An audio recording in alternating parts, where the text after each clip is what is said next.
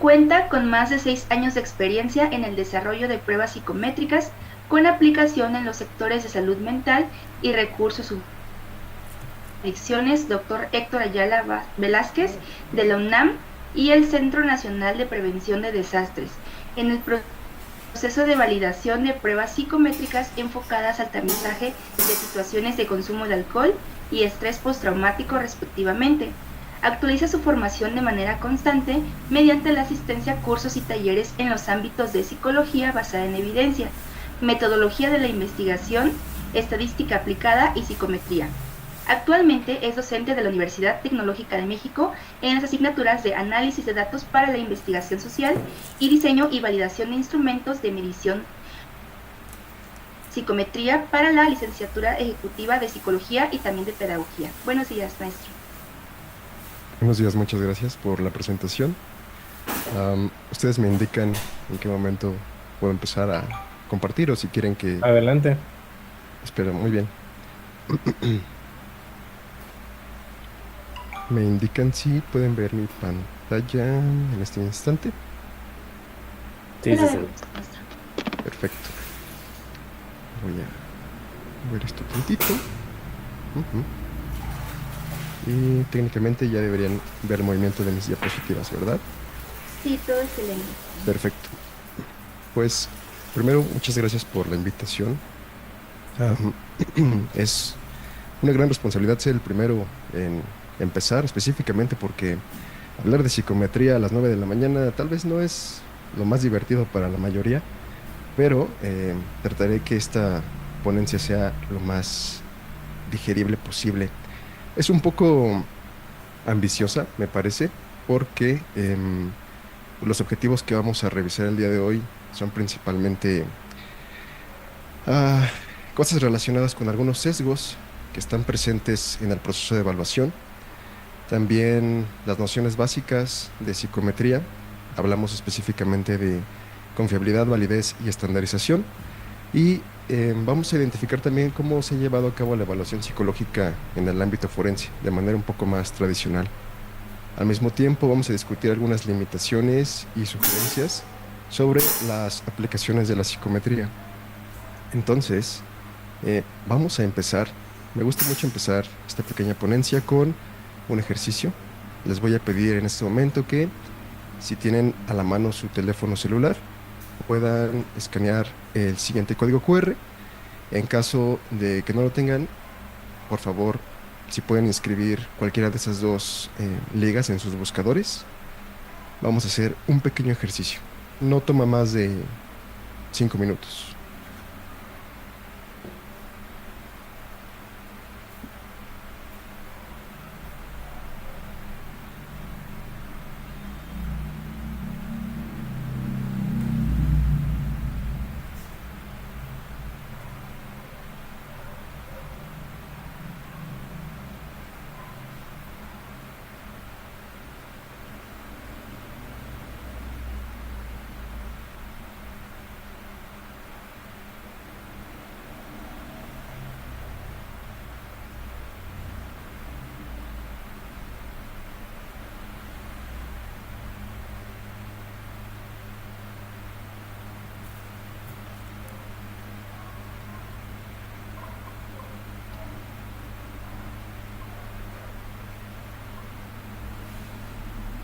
Conforme vayan terminando, se pueden escribir en el chat si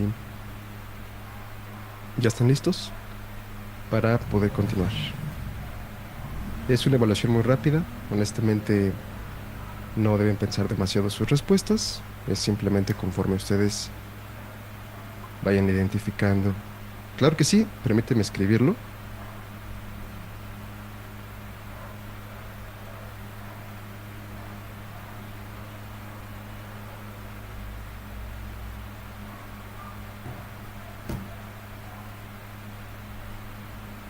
¿Me puedes indicar si el link que les dejé en el chat los lleva otra vez a la prueba?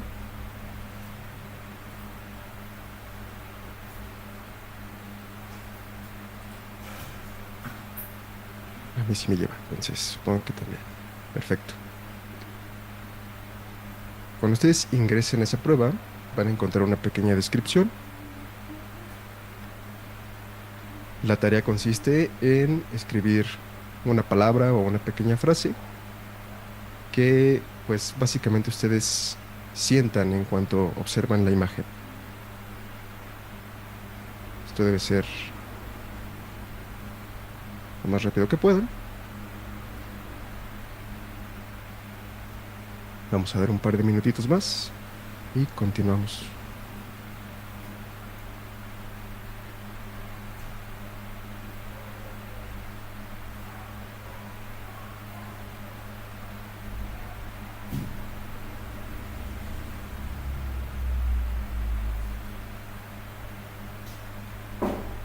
Igual aquí los estoy siguiendo en el chat.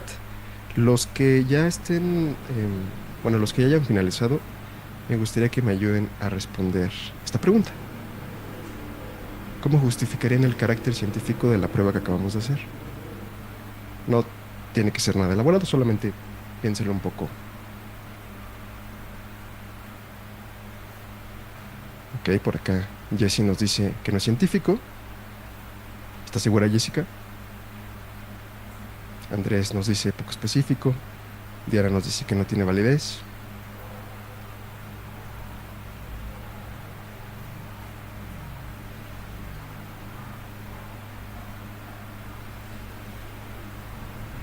Por acá Luis nos dice que es subjetivo. Jessica nos responde que no tiene fundamento más que el de las respuestas y no explora a detalle a la persona. ¿Ok? Por acá dice, hay una trampa. Dice que es subjetivo, que hay una observación cualitativa y subjetiva, que de alguna manera sí es subjetivo. Alberto nos dice, existe una estandarización en la aplicación, al menos los reactivos son los mismos, pero no hay seguridad de validez y confiabilidad. ¿Ok?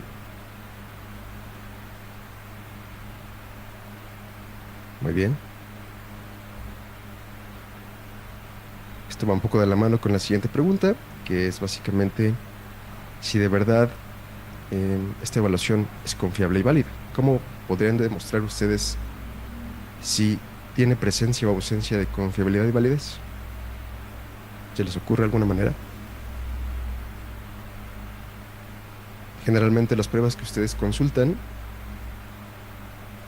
¿cómo saben si son confiables y válidas? Esa es la pregunta.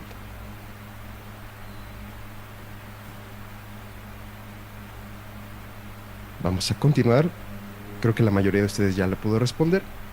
Entonces, les voy a dar específicamente una demostración. Quiero ver, yo tampoco sé qué va a pasar ahorita, pero en este momento deberían estar visualizando, si no me equivoco.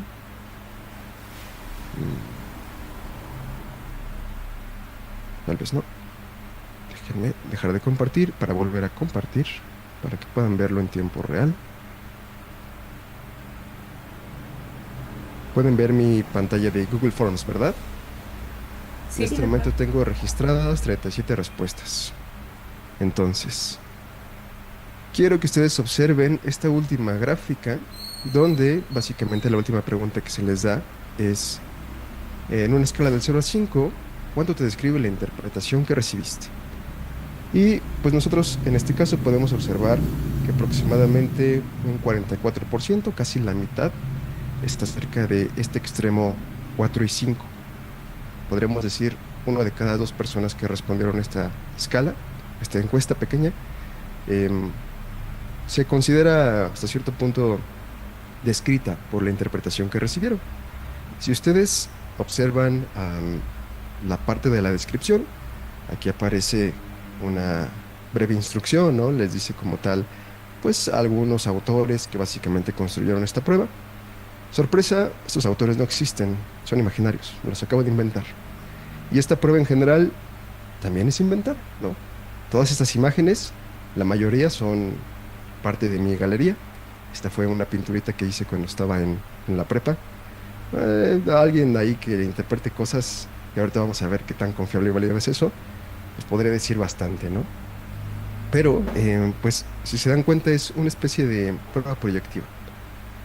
Aquí básicamente lo que observamos en las respuestas es que la mayoría de las personas consideran que la descripción que recibieron ajusta bastante bien, o al menos la mitad de ellas parece mencionar que sí, la descripción ajusta a la personalidad que tienen con base en las respuestas que dieron. Sin embargo, esa interpretación es una interpretación genérica. Todas y todos recibieron específicamente la misma interpretación. Esto no es para nada poco extraño. Quiero que ustedes observen, me parece que ya pueden visualizar otra vez la presentación, ¿verdad?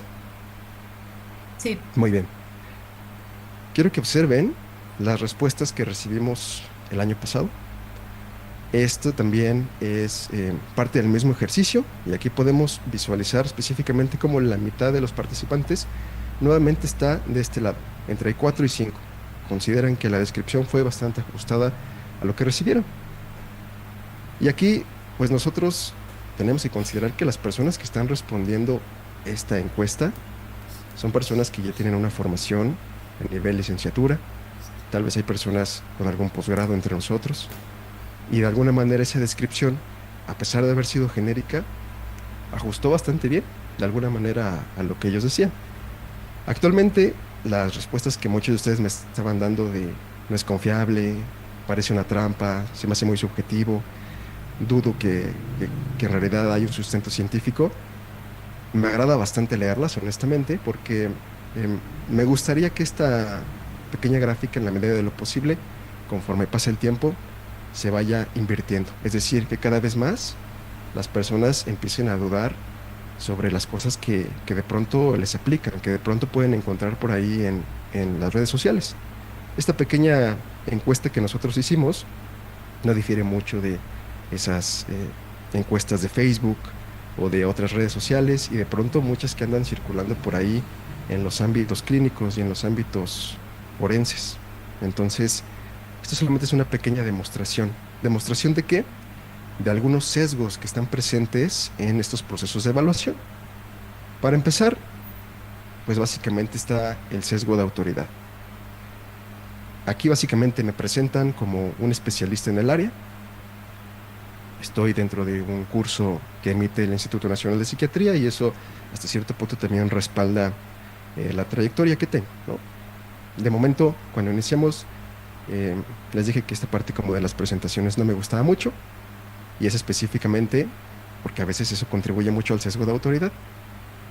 ¿Qué es ese sesgo de autoridad? Pues básicamente va a existir una mayor influencia de la información que es transmitida por expertos y hay una poca susceptibilidad a cuestionar su veracidad.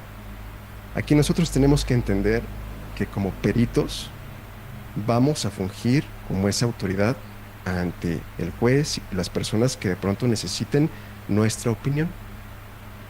También está presente el sesgo de confirmación, básicamente es aceptar la información que confirma nuestras creencias o suposiciones y tratamos o hasta cierto punto ignoramos las alternativas que no suelen alinearse con esto. Esto va de la mano con este efecto Forer-Barnum, que es básicamente una descripción vaga e imprecisa sobre las características de alguna persona, por ejemplo, cuestiones de personalidad, que tienen una alta probabilidad de ser aceptadas como válidas, como juicios hasta cierto punto pertinentes a la persona. Incluso cuando la descripción no es personalizada, como en este caso. Es algo muy frecuente en ámbitos, por ejemplo, como las descripciones astrológicas, las lecturas del tarot, muchas de estas cosas esotéricas que de pronto no nos cuesta mucho trabajo juzgar o poner en duda, pero cuando lo vemos aplicado a una prueba proyectiva o a una prueba psicométrica, hasta cierto punto nos vamos con esta parte de que tiene quizá un poquito más de carácter científico. Y también vamos a mencionar uno que está muy presente, que es básicamente la correlación ilusoria. Dos acontecimientos se van a percibir como relacionados, aunque en realidad no existe una conexión entre ellos.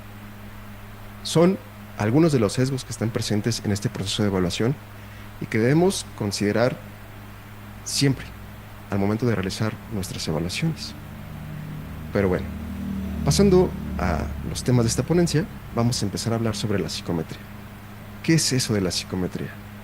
Pues principalmente es una rama de la psicología que se encarga de cuantificar y medir la conducta. La psicometría va a abarcar todo el proceso, desde el diseño y construcción de la prueba, pasando a través de su análisis y la mejora específicamente conforme pasa el tiempo y conforme las pruebas se van aplicando a diferentes poblaciones. Cabe mencionar que muchas de las cosas que vamos a ver el día de hoy están basadas principalmente en el modelo de la teoría clásica de los test. La psicometría también se basa en distintos modelos y este es uno de los más utilizados. Tiene aproximadamente como 100 años, entonces es el que está más extendido respecto al uso en cuestiones psicométricas. Por ahí hay otros que no vamos a ver, pero cabe señalar que vamos a basarnos en esto, la teoría clásica de los test. ¿Qué es un test psicológico? Básicamente se considera un instrumento de medida que tiene como característica principal ser confiable y válido. Ahorita más adelante vamos a ver qué es eso de confiabilidad y validez, y que va a recabar la información de manera transversal, es decir, es como una especie de botito en el tiempo. Se va a fundamentar principalmente en un modelo o en una teoría psicológica y va a estar enfocada específicamente en una muestra de conductas que pueden ser tanto visibles como encubiertas. ¿A qué nos referimos con conductas visibles? Todo aquello que nosotros hacemos y que alguien más puede observar. ¿A qué nos referimos con conductas encubiertas? Todo aquello que nosotros observamos en nosotros, como por ejemplo nuestros pensamientos. Esta muestra de conductas se va a enfocar a un fenómeno de interés, al que vamos a denominar en términos muy generales constructo. En la siguiente diapositiva les voy a explicar un poquito más sobre esto. Un test psicológico va a seguir un procedimiento sistemático para la medición. Esa es una de las características más importantes. Al ser sistemático, es susceptible de que otras personas, que otros investigadores puedan replicar esos hallazgos en otras poblaciones. La característica principal de un test es que es un método indirecto de medición, es decir, a través de las respuestas que otorga una persona a los reactivos, vamos a inferir ciertas características del comportamiento. Eso es algo que tenemos que tener muy presente. Va a ser un método indirecto para medir la conducta de las personas. En términos de constructos, nosotros podemos pensar en una infinidad de cosas. Por ejemplo, la depresión, la ansiedad, cuestiones relacionadas con el liderazgo, el comportamiento, no sé, en términos muy generales, ¿no? Vamos a pensarlo como si fuera una especie de cubo Rubik. Esto podemos denominarlo como un constructo.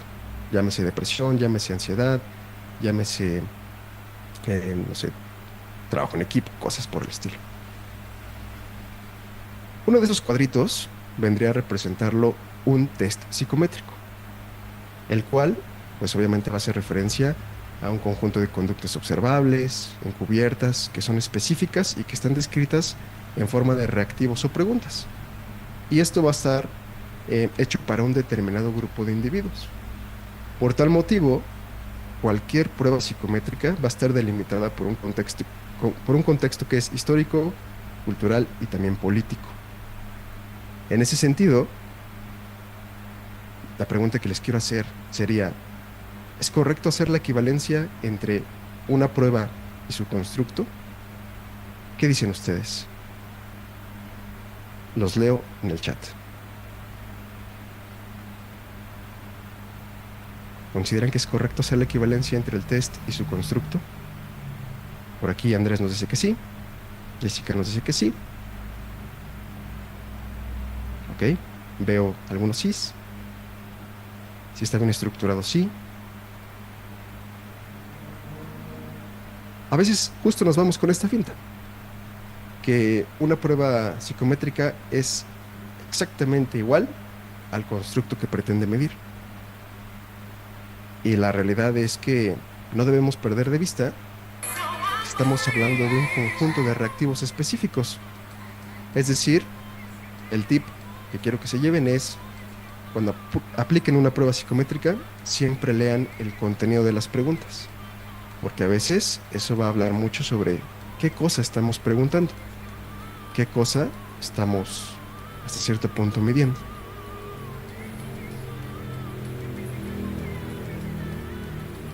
Ahora, en cuestiones de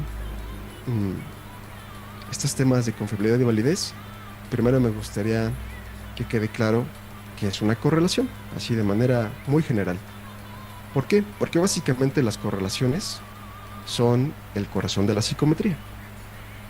Una correlación básicamente implica cuantificar la relación entre dos o más variables, y debemos considerar que ninguna correlación va a implicar causalidad, solo son fenómenos que están asociados, que se presentan de manera simultánea. En términos de correlaciones podemos distinguir las correlaciones positivas, donde si un fenómeno se presenta y sube, el otro también, y si uno baja, el otro también. Y una correlación negativa, donde son inversamente proporcionales, podríamos decirlo así. Si uno sube, el otro baja. Si uno baja, el otro sube. Eso en términos generales es una correlación. Pero también hay presencia a veces de relaciones nulas, donde en realidad no hay ningún patrón aparentemente observable. A pesar de que las correlaciones son justo el corazón de la psicometría y podemos cuantificarlo en términos de un coeficiente, también debemos considerar que existen relaciones espurias, es decir, relaciones que aunque matemáticamente tienen un fundamento, teórica o lógicamente no tienen sentido. Entonces eso es algo que tenemos que tener muy presente. En términos de confiabilidad, nosotros tenemos que pensar en la consistencia de las puntuaciones que va a obtener una persona cuando se le examina ante condiciones diferentes. Estas condiciones pueden hacer referencia a la aplicación, por ejemplo, en qué momento estamos realizando la prueba, en qué ambiente lo estamos haciendo, cuál es el aplicador que está realizando como tal este procedimiento, condiciones que hacen referencia al sujeto, por ejemplo, cómo se encuentra respecto a su estado de salud, está tenso al momento de la evaluación, está fatigado, o condiciones relacionadas con la prueba. ¿Qué son esos reactivos que estamos hasta cierto punto preguntando? ¿Tiene alguna especie de forma alterna?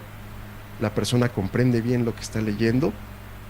Todas esas cuestiones tenemos que considerarlas cuando hablamos de confiabilidad, porque básicamente todas las mediciones que nosotros hacemos, independientemente del campo en el que nosotros lo estamos realizando, van a contener algún grado de error. Y entonces nosotros podemos hablar de esa confiabilidad en la medida en la que el error es pequeño. Para la teoría clásica de los test, la puntuación que obtiene una persona no la vamos a poder saber de manera directa. Entonces, esa puntuación va a ser el equivalente a una puntuación verdadera que no sabemos cuál es, más un cierto grado de error. Eso es lo que nosotros obtenemos al aplicar una prueba, un test o una escala psicométrica. Entonces, cuando hablamos de confiabilidad, tenemos que tener en cuenta que habla de eso, consistencia de las puntuaciones.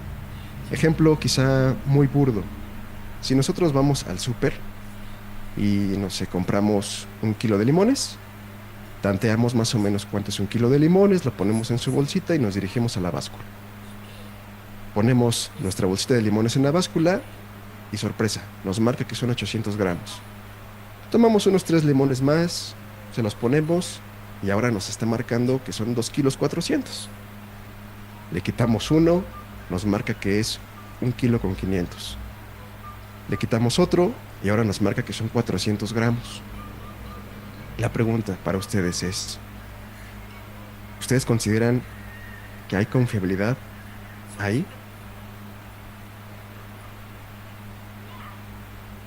Porque nos dicen que no. Muy bien, exacto. No hay confiabilidad porque básicamente las puntuaciones no son consistentes. Por acá Andrés nos dice que a lo mejor hay un limón muy grande, posiblemente. Pero en términos generales, son puntuaciones inconsistentes. Y en ese sentido, no vamos a considerarlo como una medida confiable. Eso también pasa con otros instrumentos, a lo mejor con un glucómetro, con un termómetro. Si nosotros hacemos mediciones a través del tiempo, si nos medimos de manera constante, a menos de que estemos atravesando por alguna enfermedad, la temperatura debería ser más o menos la misma. El nivel de nuestra glucosa también debería ser más o menos el mismo, si lo hacemos de manera consistente en un mismo horario, bajo ciertas condiciones. A eso nos referimos también con la confiabilidad de una prueba psicométrica, a la consistencia de las puntuaciones que obtiene la persona ante diferentes condiciones. Esta confiabilidad la podemos interpretar como un coeficiente de correlación que va desde 0 a 1. Esta es una manera en la cual nosotros interpretamos los coeficientes. Va a variar de autor en autor. Lo recomendable es que la confiabilidad que ustedes tengan en sus pruebas psicométricas siempre sea superior al punto 70. Ahí hablamos de una confiabilidad adecuada.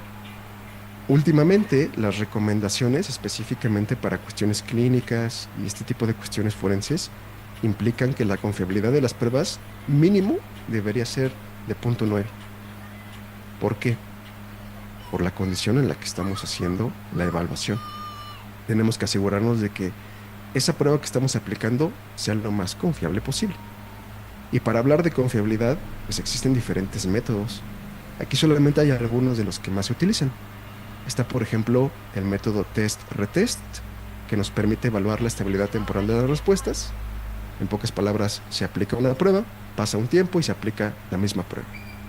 Esto permite correlacionar las puntuaciones, y si las puntuaciones son más o menos similares en ambas condiciones de tiempo, esa correlación debería ser más o menos elevada. ¿Cuál es el problema de este método? Pues que básicamente puede ser susceptible de fraude, hay efectos de aprendizaje, hay efectos de memoria.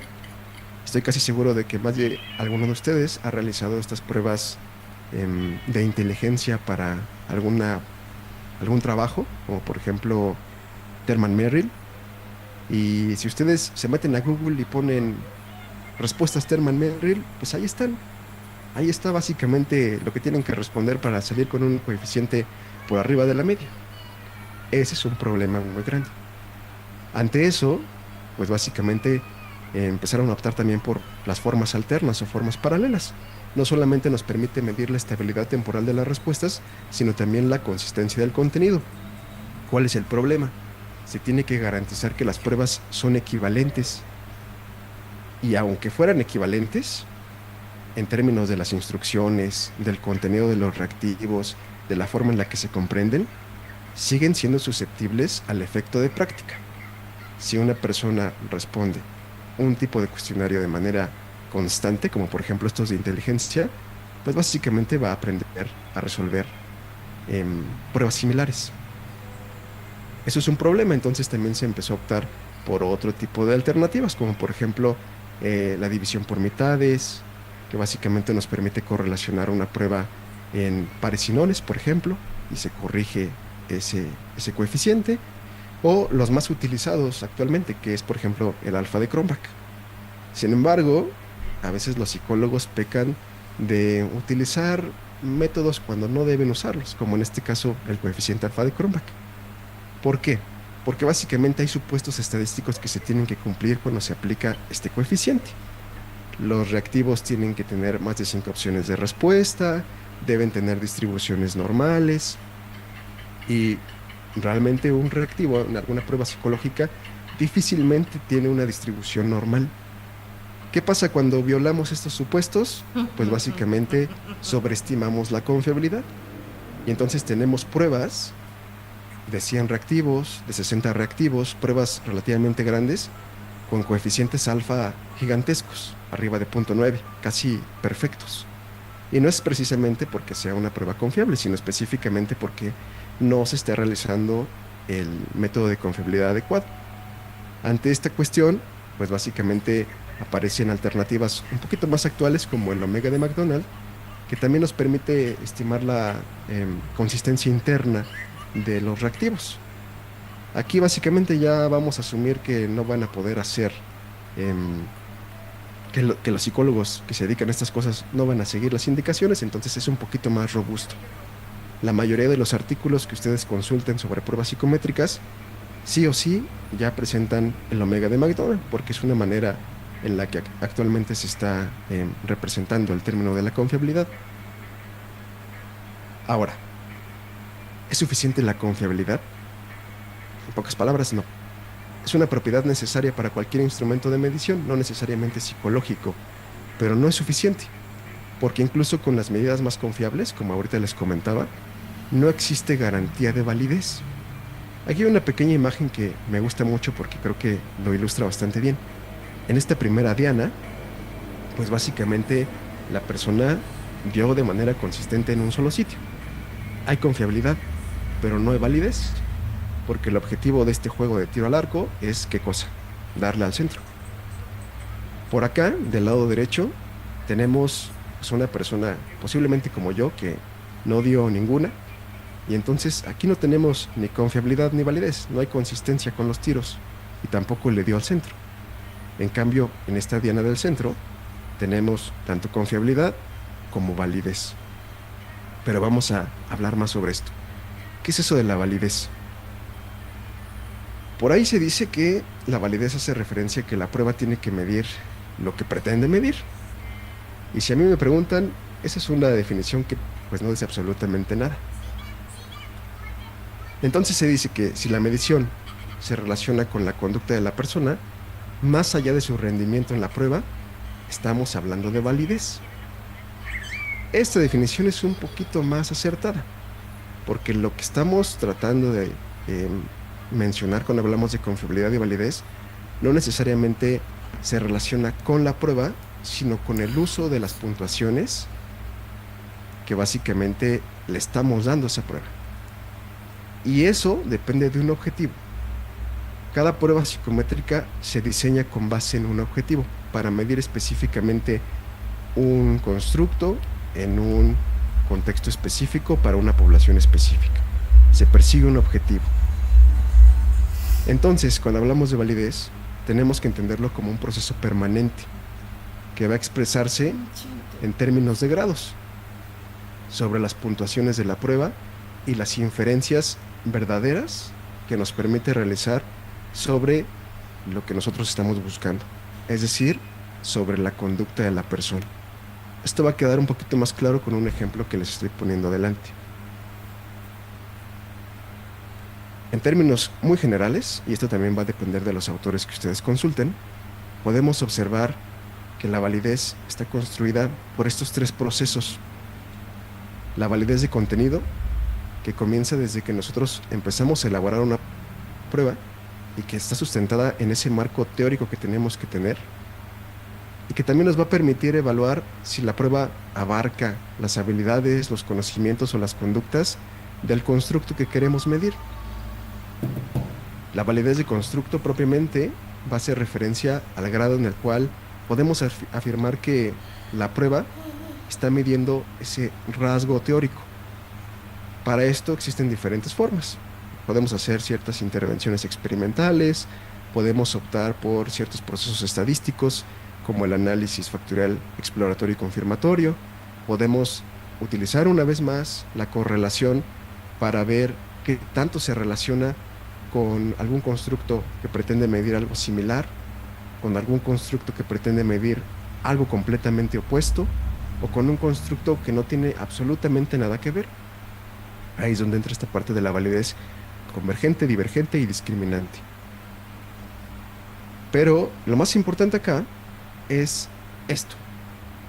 Para nuestro ámbito, la validez de criterio de predicción es lo más importante que nosotros podemos tener al momento de aplicar una prueba, porque nos va a permitir conocer las relaciones entre la puntuación de la prueba y alguna actividad específica o forma importante de conducta que puede ocurrir antes, durante o después de la aplicación. Es decir, aquí lo que nosotros estamos buscando es cómo las puntuaciones de la prueba que está obteniendo la persona se relacionan con algún aspecto particular de su conducta, ya sea antes, durante o después. Y esto es lo más importante en términos de nuestro ámbito. Desafortunadamente, es lo que menos se reporta, porque esto implica mucho tiempo y recursos. Demostrar que una prueba tiene validez de criterio de predicción es de las cosas más complicadas.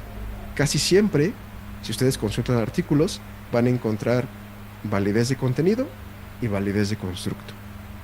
Pero lo que nos interesa más es específicamente esto, la validez de criterio predicción.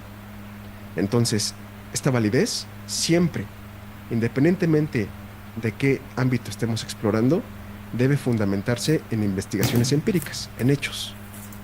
Tenemos que quitarnos de la cabeza que son distintas clases de validez, más bien tenemos que considerarlo como un proceso unitario, donde existen diferentes estrategias para aportar evidencia empírica que sustentan la inferencia que realizamos sobre la puntuación de la prueba.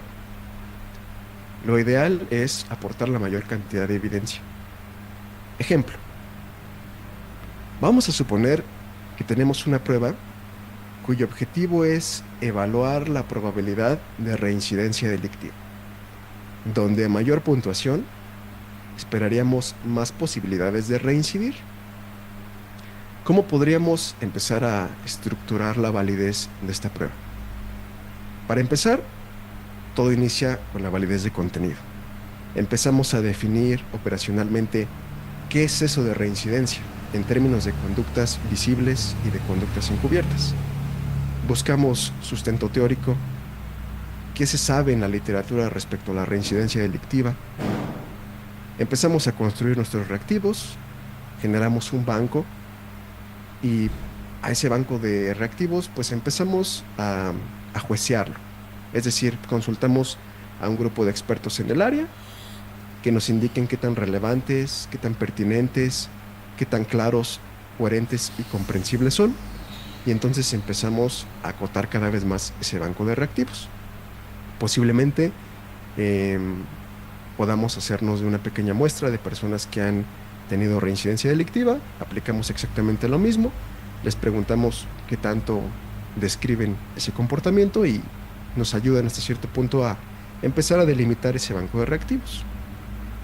Al momento de probarlo, al momento de empezar a aplicar ya en una muestra más grande este pequeño banco, pues nosotros podemos optar por realizar un análisis factorial, entrando en los ámbitos de la validez de constructo, para responder cómo se organizan matemáticamente los reactivos.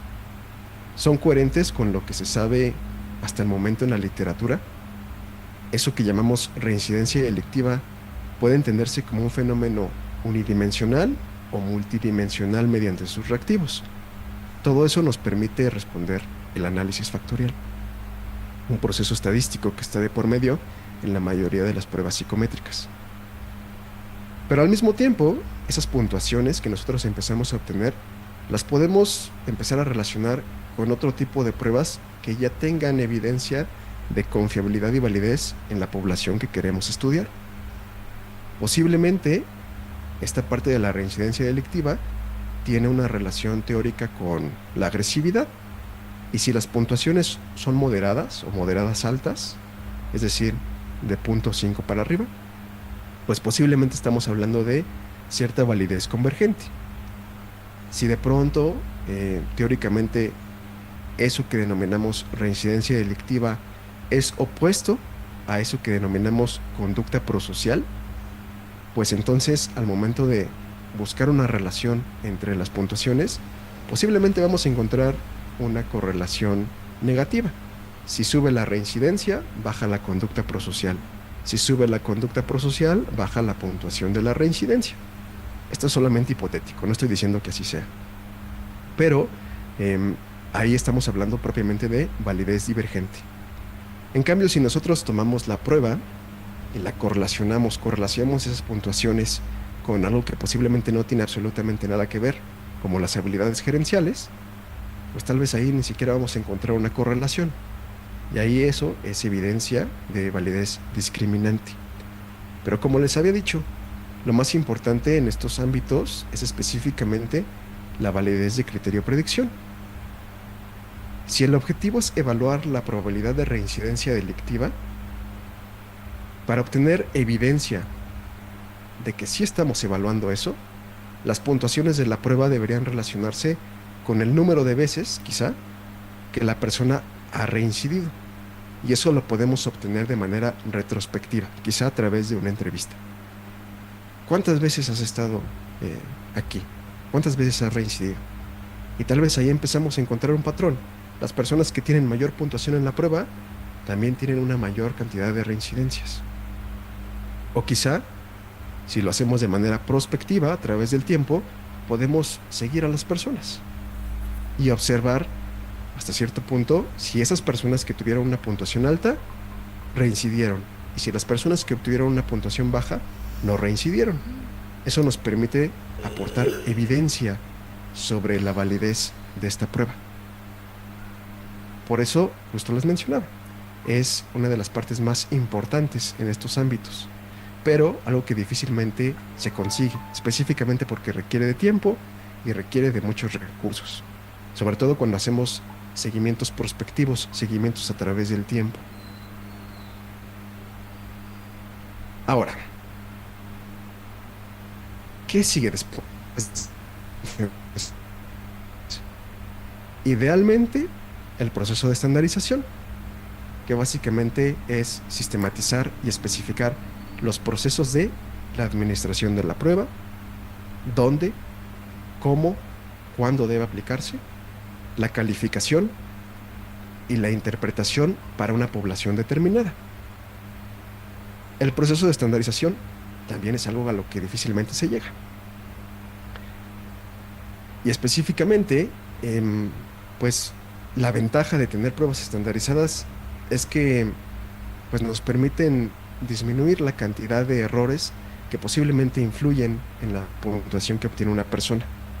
También va a facilitar muchísimo la comparación, porque la puntuación que obtenemos de una prueba la podemos transformar hacia puntuaciones que estadísticamente nos permiten comparar a la persona respecto a un grupo. Y aquí, algo que tenía que mencionar es que esta parte de la psicometría está enmarcada desde una perspectiva donde lo que buscamos es comparar a las personas contra grupos, contra medias grupales, perdón. Esa perspectiva es solamente una de las que existen, porque también hay formas de comparar a la persona contra sí misma a través del tiempo, de una manera un poco más ideográfica. Pero la psicometría, en particular, está enmarcada desde esta perspectiva nomotética, donde lo que se busca es comparar al individuo respecto a un grupo normativo. Por eso, el proceso de estandarización es algo necesario en todas las pruebas psicométricas, porque básicamente es lo que nos permite facilitar la comparación. Cuando nosotros tenemos este tipo de tablas, que es un ejemplo de cómo se obtienen las puntuaciones para algunas pruebas, nosotros podemos observar que aquí están estandarizando específicamente por sexo y por edad. Es decir, hay puntuaciones diferentes para hombres, hay puntuaciones diferentes para mujeres y hay puntuaciones diferentes con base en los grupos de edad. No todos los procesos de estandarización son por sexo y por edad, pero en este caso, en este pequeño ejemplo, fue la manera en la que ellos lo hicieron. Y eso es lo que nos permite comparar dónde está nuestro individuo. ¿Está próximo a la media o de pronto está un poco desviado hacia abajo o hacia arriba? Ese proceso de estandarización justo es lo que nos permite interpretar mejor las puntuaciones. Si una persona obtuvo un coeficiente intelectual de 120, ¿qué significa? ¿Dónde se ubica respecto a otros individuos que comparten características similares? Ejemplo, si nosotros, en términos de percentiles, tenemos esa calificación de 120, que sería la puntuación natural, pues podremos decir que es equivalente al percentil 90. Eso implica que el desempeño del individuo en la prueba fue superior al 90% de aquellos que formaron el grupo normativo. Pero ¿qué pasa si de pronto esa prueba que aplicamos, pues básicamente no fue específica para la población? Es decir, si nosotros estamos comparando una persona que tiene solamente la primaria contra un grupo normativo que tiene la licenciatura, ¿sería una comparación justa? Realmente no. Por ese motivo, debemos considerar mucho esas variables que hacen diferente la aplicación y sobre todo la interpretación. Que de pronto una persona tenga un coeficiente intelectual de 20 no significa necesariamente que está por debajo o muy por debajo de la media respecto a la inteligencia. Posiblemente el grupo normativo no fue exactamente el mismo. Posiblemente la persona ni siquiera entendió los reactivos.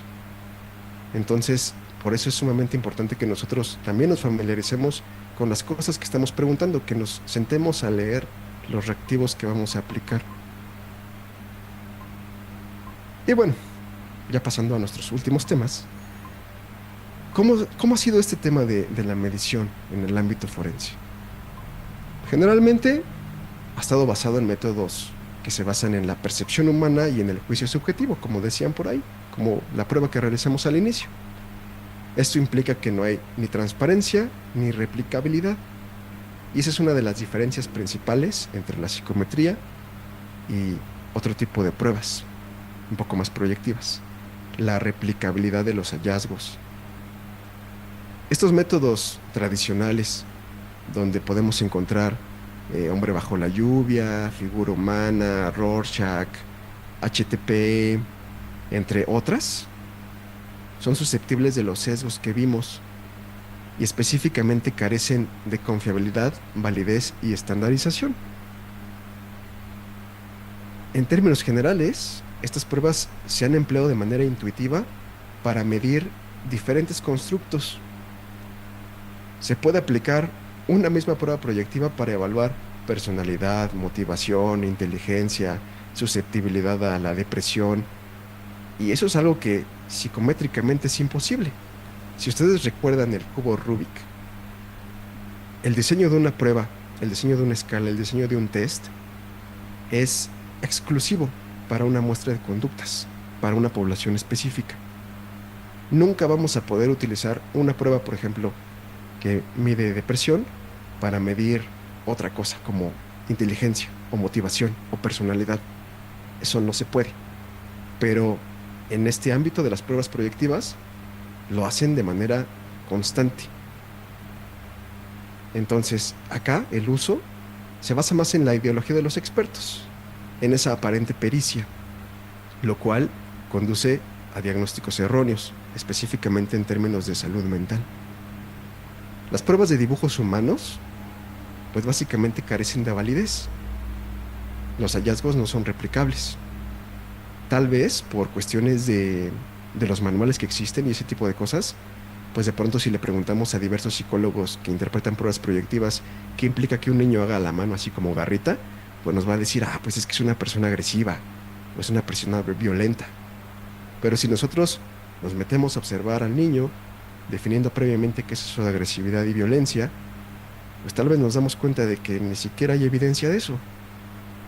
Entonces, estas pruebas proyectivas van a carecer de validez, que es lo más importante en una prueba. No se ha demostrado, además, que proporcionen información psicológicamente relevante por encima de otros métodos de evaluación. Es decir, nosotros podríamos estar aplicando una baraja de tarot o leyendo una carta astral y no hay mucha diferencia respecto a una prueba proyectiva. Tal vez la diferencia es que si nosotros nos dedicamos al tarot o a la astrología, tal vez económicamente nos iría mejor. Pero bueno, las únicas correlaciones reproducidas de forma consistente en estos ámbitos han sido con las habilidades artísticas. Es con lo único que existe evidencia respecto a las pruebas proyectivas. ¿Qué tan hábil artísticamente es la persona para dibujar una figura humana, por ejemplo? El test de Rorschach ya se ha demostrado muchas veces que es inadecuado para el diagnóstico de personalidad y que en realidad tiene más relación con el vocabulario de la persona. Los resultados de las pruebas proyectivas son ambiguos y siempre va a existir la posibilidad de encontrar una interpretación que parezca coherente. Es decir, una vez más aparece el sesgo de confirmación y el efecto Forer. Pero eso no es solo algo que tenemos que tener en cuenta. Algunas pruebas proyectivas, aún con propiedades aceptables, también pueden estar desactualizadas o es muy probable que no hayan sido desarrolladas ni adaptadas para el uso en un contexto forense. Entonces tenemos que tener mucho cuidado con eso. La evaluación forense entonces no debe fundamentarse en el sentido común. Siempre se requiere demostrar el valor de nuestras evidencias, es decir, hablar de confiabilidad y validez. En los tribunales cada vez se exige más examinar la calidad de las pruebas para poder tomar una decisión. Hay evidencia que respalda la técnica que estamos empleando, se conoce el grado de error de la evaluación, hay evidencia que nos demuestre que podemos hablar de confiabilidad y validez. En ese sentido, los evaluadores forenses tienen que recopilar y proporcionar pruebas científicamente creíbles de todos estos hechos. Fundamentar su opinión en la evidencia y no en esa pericia o esos años que llevan trabajando o en lo que su instinto dice. ¿Qué limitaciones tienen las pruebas psicológicas? Incluso las psicométricas. Los resultados nunca van a equivaler a un diagnóstico clínico. Una prueba, como lo vimos en ese cubo Rubik, jamás va a abarcar la totalidad de un constructo o todos sus dominios de interés.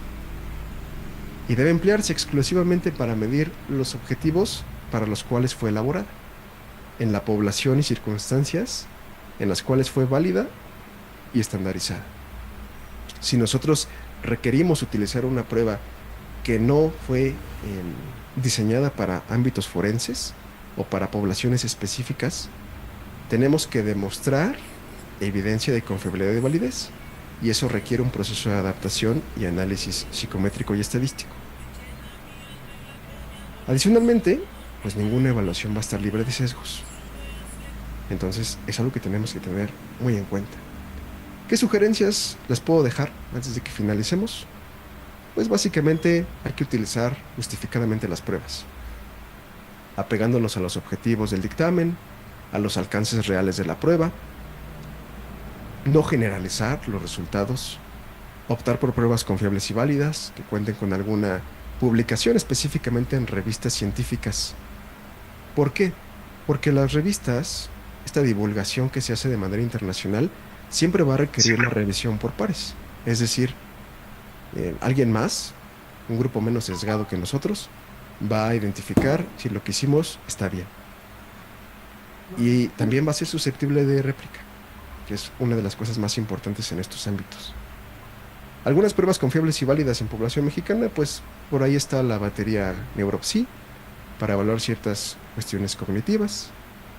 Otra batería que es la Banfe-2, el cuestionario de evaluación de la discapacidad de la OMS, UDAS 2.0, los inventarios clásicos de depresión y ansiedad de Beck, que ojo, no por ser muy utilizados implica necesariamente que nos vaya a funcionar. Por eso aquí lo importante y la moraleja que quisiera dejarles de esta pequeña ponencia es: cuestionen las cosas que están utilizando, tómenlas con pinzas, no consideren que una prueba va a facilitar o va hasta cierto punto reemplazar todo este proceso de evaluación que hay que llevar a cabo.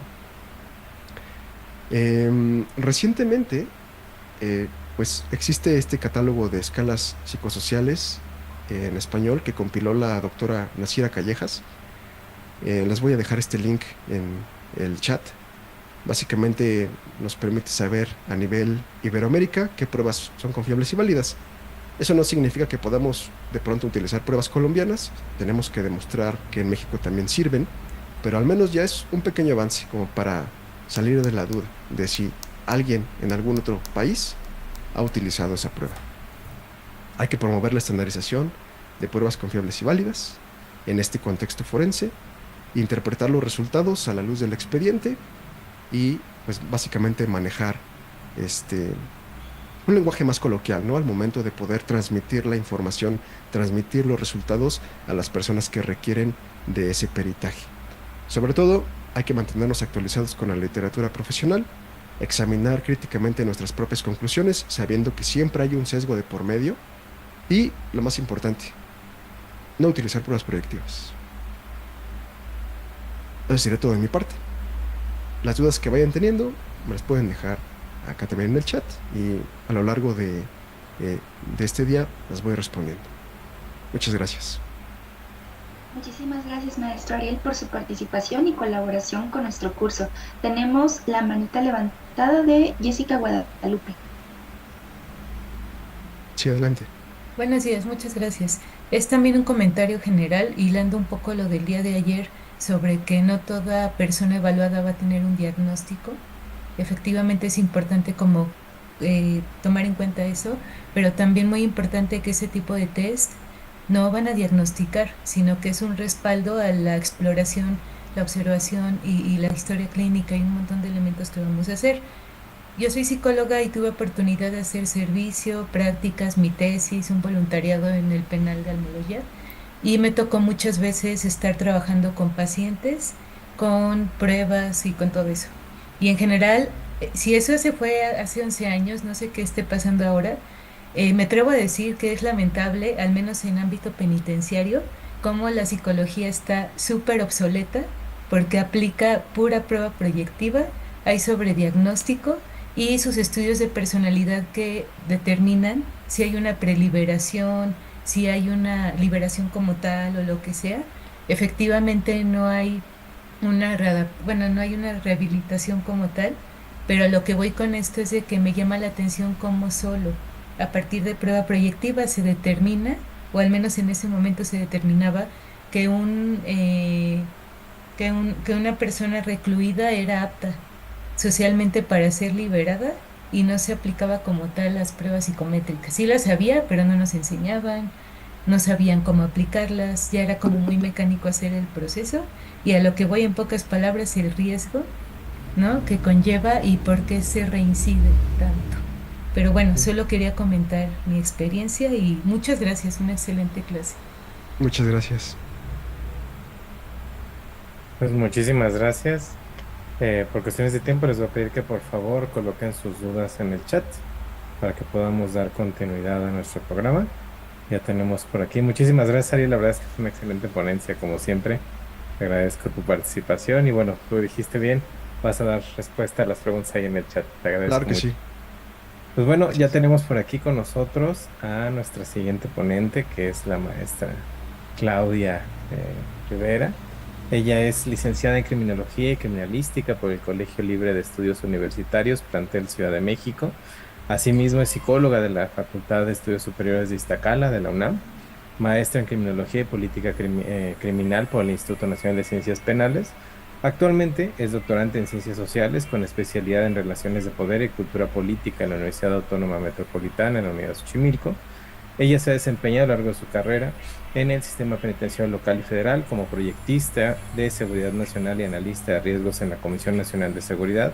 Además, ha sido asesora en proyectos de seguridad física y tecnológica para empresas de seguridad privada, traslado de valores y entidades financieras, y coordinadora de capacitación especializada para instituciones de seguridad pública en áreas de especialización forense. Ha sido profesora a nivel de pregrado y posgrado desde hace 15 años en diversas universidades en asignaturas teóricas y metodológicas y asesora de diversos proyectos de investigación para obtener grado académico. También ha capacitado personal de la Guardia Nacional, la Fiscalía General de Justicia de la Ciudad de México, la Secretaría de Seguridad Ciudadana de la Universidad de la Policía y diversos centros de control de confianza en temas como derechos humanos, diseño y elaboración de dictámenes y evaluación criminológica de riesgo de violencia. Pues bueno, ella nos compartirá el tema de evaluación criminológica de riesgo de violencia. Te agradezco mucho, mi estimada Claudia, y te dejo con los asistentes. Muchísimas gracias, doctor Las, por la invitación. Muchísimas gracias a todos por su asistencia. Pues bueno, primero quisiera como hacer énfasis un poco en el tema que voy a trabajar. La propuesta del tema es la evaluación criminológica de riesgo de violencia. En varios momentos, desde la reforma de 2008, se ha estado, digamos, debatiendo cuál sería o cuál debe ser el trabajo que tienen los criminólogos en el nuevo sistema de justicia y cuál es la manera en la que deberíamos estar actuando y bueno, distintas cosas que se han estado trabajando a lo largo de estos años para recuperar un poco el papel de la criminología justo en todo lo que tiene que ver con su intervención forense. Sin embargo, a pesar de que han existido algunas propuestas, el estado del arte, el estado de la cuestión, tanto a nivel mexicano como a nivel latinoamericano e internacional, pues ha dejado digamos, propuestas no muy sólidas. Una de mis mayores preocupaciones es que hoy en día para la evaluación de medidas cautelares se utiliza la evaluación criminológica de riesgo de violencia, se aplican los instrumentos de riesgo de violencia general y específica, y pues bueno, el punto de esta ponencia es hacer un poco un análisis de si son pertinentes, de si es todo lo que tiene la criminología que ofrecer, o si podemos tener o podemos abrir otras posibilidades para la intervención criminológica con muchísimas más categorías desde perspectivas más amplias. Entonces, pues bueno, un poco voy a hablarles acerca de este tema y de la pertinencia del dictamen criminológico.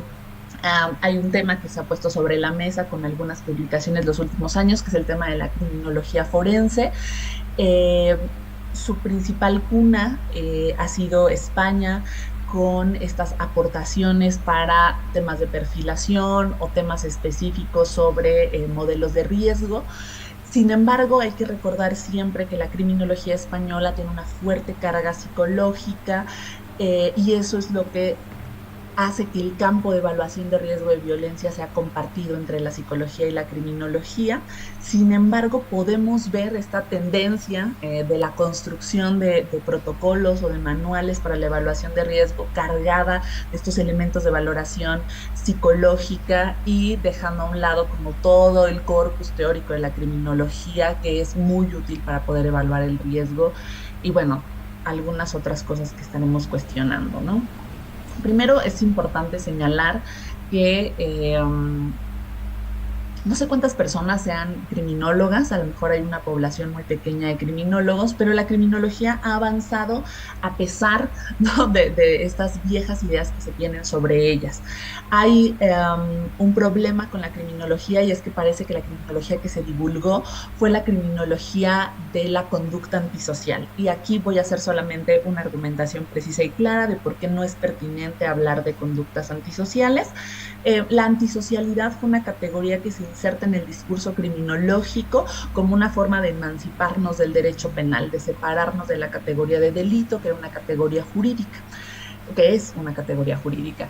Y entonces, en este afán de emancipación, de búsqueda de autonomía, la criminología instala la conducta antisocial, asumiendo que el sistema jurídico no es el único sistema de normas que le compete a las personas o que tiene efecto sobre la persona, sino que hay otros sistemas de normas, normas sociales principalmente, en donde digamos, las personas se sienten muchísimo más coaccionadas a dirigir su comportamiento. En ese sentido, lo cual es totalmente cierto y claro, por supuesto que existen estos sistemas de normas. La sociología jurídica nos ha dado cuenta de cómo sobrevivimos en macro, mesos y microsistemas normativos. Sin embargo, cuando esos sistemas se toman como válidos, la conducta antisocial se convierte en una decisión aún más arbitraria que la propia construcción del delito. Entonces, todo es potencialmente antisocial con base en el sistema de normas del que se evalúe, y entonces la ontología, el carácter ontológico de nuestro objeto de estudio se pierde porque es relativizado, ¿no? Entonces, bueno, fue un fracaso total, aunque se insiste y se sigue insistiendo en el uso de la categoría de conducta antisocial como el objeto de estudio de la criminología.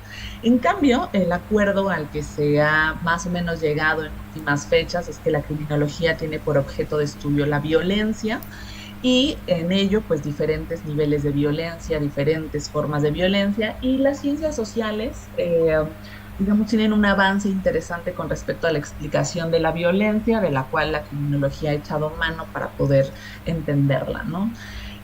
Cuando nosotros intentamos definir o conceptualizar qué es la violencia, podemos identificar algunos conceptos restringidos, como fuerza física empleada para causar el daño, o la propia definición de la Organización Mundial de la Salud de uso intencional de la fuerza física o poder real, o como amenaza contra uno mismo, una persona, con la posibilidad de ocasionar un daño, ¿no? Estas concepciones restringidas de la violencia tienen un carácter instrumental, tienen dos elementos concretos que debemos analizar en el concepto. Uno, la intencionalidad, el criterio de intencionalidad de la conducta, y dos, la finalidad, el daño. por lo tanto nos enfrentamos a un problema en el momento de hacer investigación y de poder recuperar datos empíricos, y es que la intencionalidad es un fenómeno que no se ha teorizado, que no se ha analizado a profundidad y que nos coloca todo el cuerpo explicativo en el ejecutor de la violencia, ¿no? Entonces, a ver, ese sujeto tenía la intención. Y segundo, que la evaluación de la violencia está determinada por el daño ocasionado, ¿no? Y ese daño que se ocasiona, ese perjudicar, tiene que tener una relación causal con la conducta que se cometió. Entonces tenemos un problema a nivel disciplina para poder identificar qué es violencia, y luego si lo metemos al campo de lo forense tenemos un segundo problema, porque las evaluaciones psicológicas de daño, por ejemplo, son poco precisas para poder establecer estos nexos causales, ¿no? O sea, esta relación que existe entre el hecho y los síntomas o las características que presentan las víctimas, ¿no? Sin dejar de sumar, que bueno, pues algunas evaluaciones psicológicas se reducen bastante hacia criterios muy específicos que no nos permiten mirar digamos, el daño en términos más complejos o sistémicos en la vida de una persona, ¿no? Entonces no tiene depresión, no tiene daño, no hay relación causal con el hecho, entonces no se comprueba como tal, ¿no? O sea, el razonamiento jurídico también nos afecta un poco a las disciplinas al momento de explicar nuestro trabajo. Este concepto restringido de la violencia no nos sirve para convertir a la violencia en un objeto de estudio. Uno, reitero, porque se define a partir del sujeto, porque el sujeto es, bajo esta definición, la capacidad que tiene de actuar. Estamos negando, y esta crítica que voy a hacer al concepto está hecha a partir de un artículo que se llama La conceptualización de la violencia, de Martínez Pacheco, publicado hace unos años en México, un extraordinario artículo que les recomiendo, está libre ahí en internet. Pero este concepto restringido niega la capacidad de reconocimiento que tiene la persona, o sea, esta incapacidad que tenemos de reconocer la intencionalidad y el propio daño, la relación que existe entre quien ejecuta la violencia y quien la recibe, la agencia, es decir, la voluntad y la capacidad de acción de las partes, y por supuesto el contexto en el que se está desarrollando la violencia. Lo que convierta la violencia en un fenómeno de una persona pasiva, desde el espectro jurídico, ¿no?, que recibe, sin que exista contexto alrededor, el daño ocasionado de manera intencional por alguien más. En un concepto, en un enfoque relacional de la violencia, podemos entender la violencia como el producto de una relación social, ¿no?, como el producto de una interacción que está contextualizada, y ese contexto determina las propiedades de la violencia, que claramente hay una intencionalidad, aunque ahí pues tenemos una deuda explicativa sobre el tema de intencionalidad, y dice Martínez Pacheco que busca la negación del otro, una de las categorías más abstractas que tiene su definición de violencia, ¿no? La negación del otro implica evidentemente el daño que se ocasiona sobre la persona, la negación de la identidad, la negación de la agencia, ¿no?, y la consecuencia que es el daño, y que es nuestro parámetro empírico para poder identificar la violencia. A partir de esto y de situar a la violencia como objeto de estudio de la criminología, tenemos distintos campos de análisis de la violencia. Tenemos un campo de causalidad, en donde la mayor parte de la investigación ha estado derivada a la diferenciación entre la violencia activa y la violencia reactiva.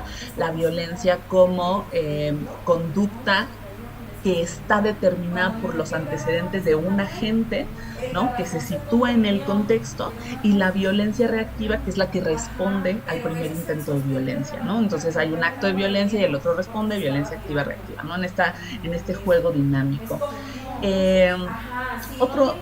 Estos niveles de causalidad se pueden ir tan atrás como ustedes quieran, ¿no?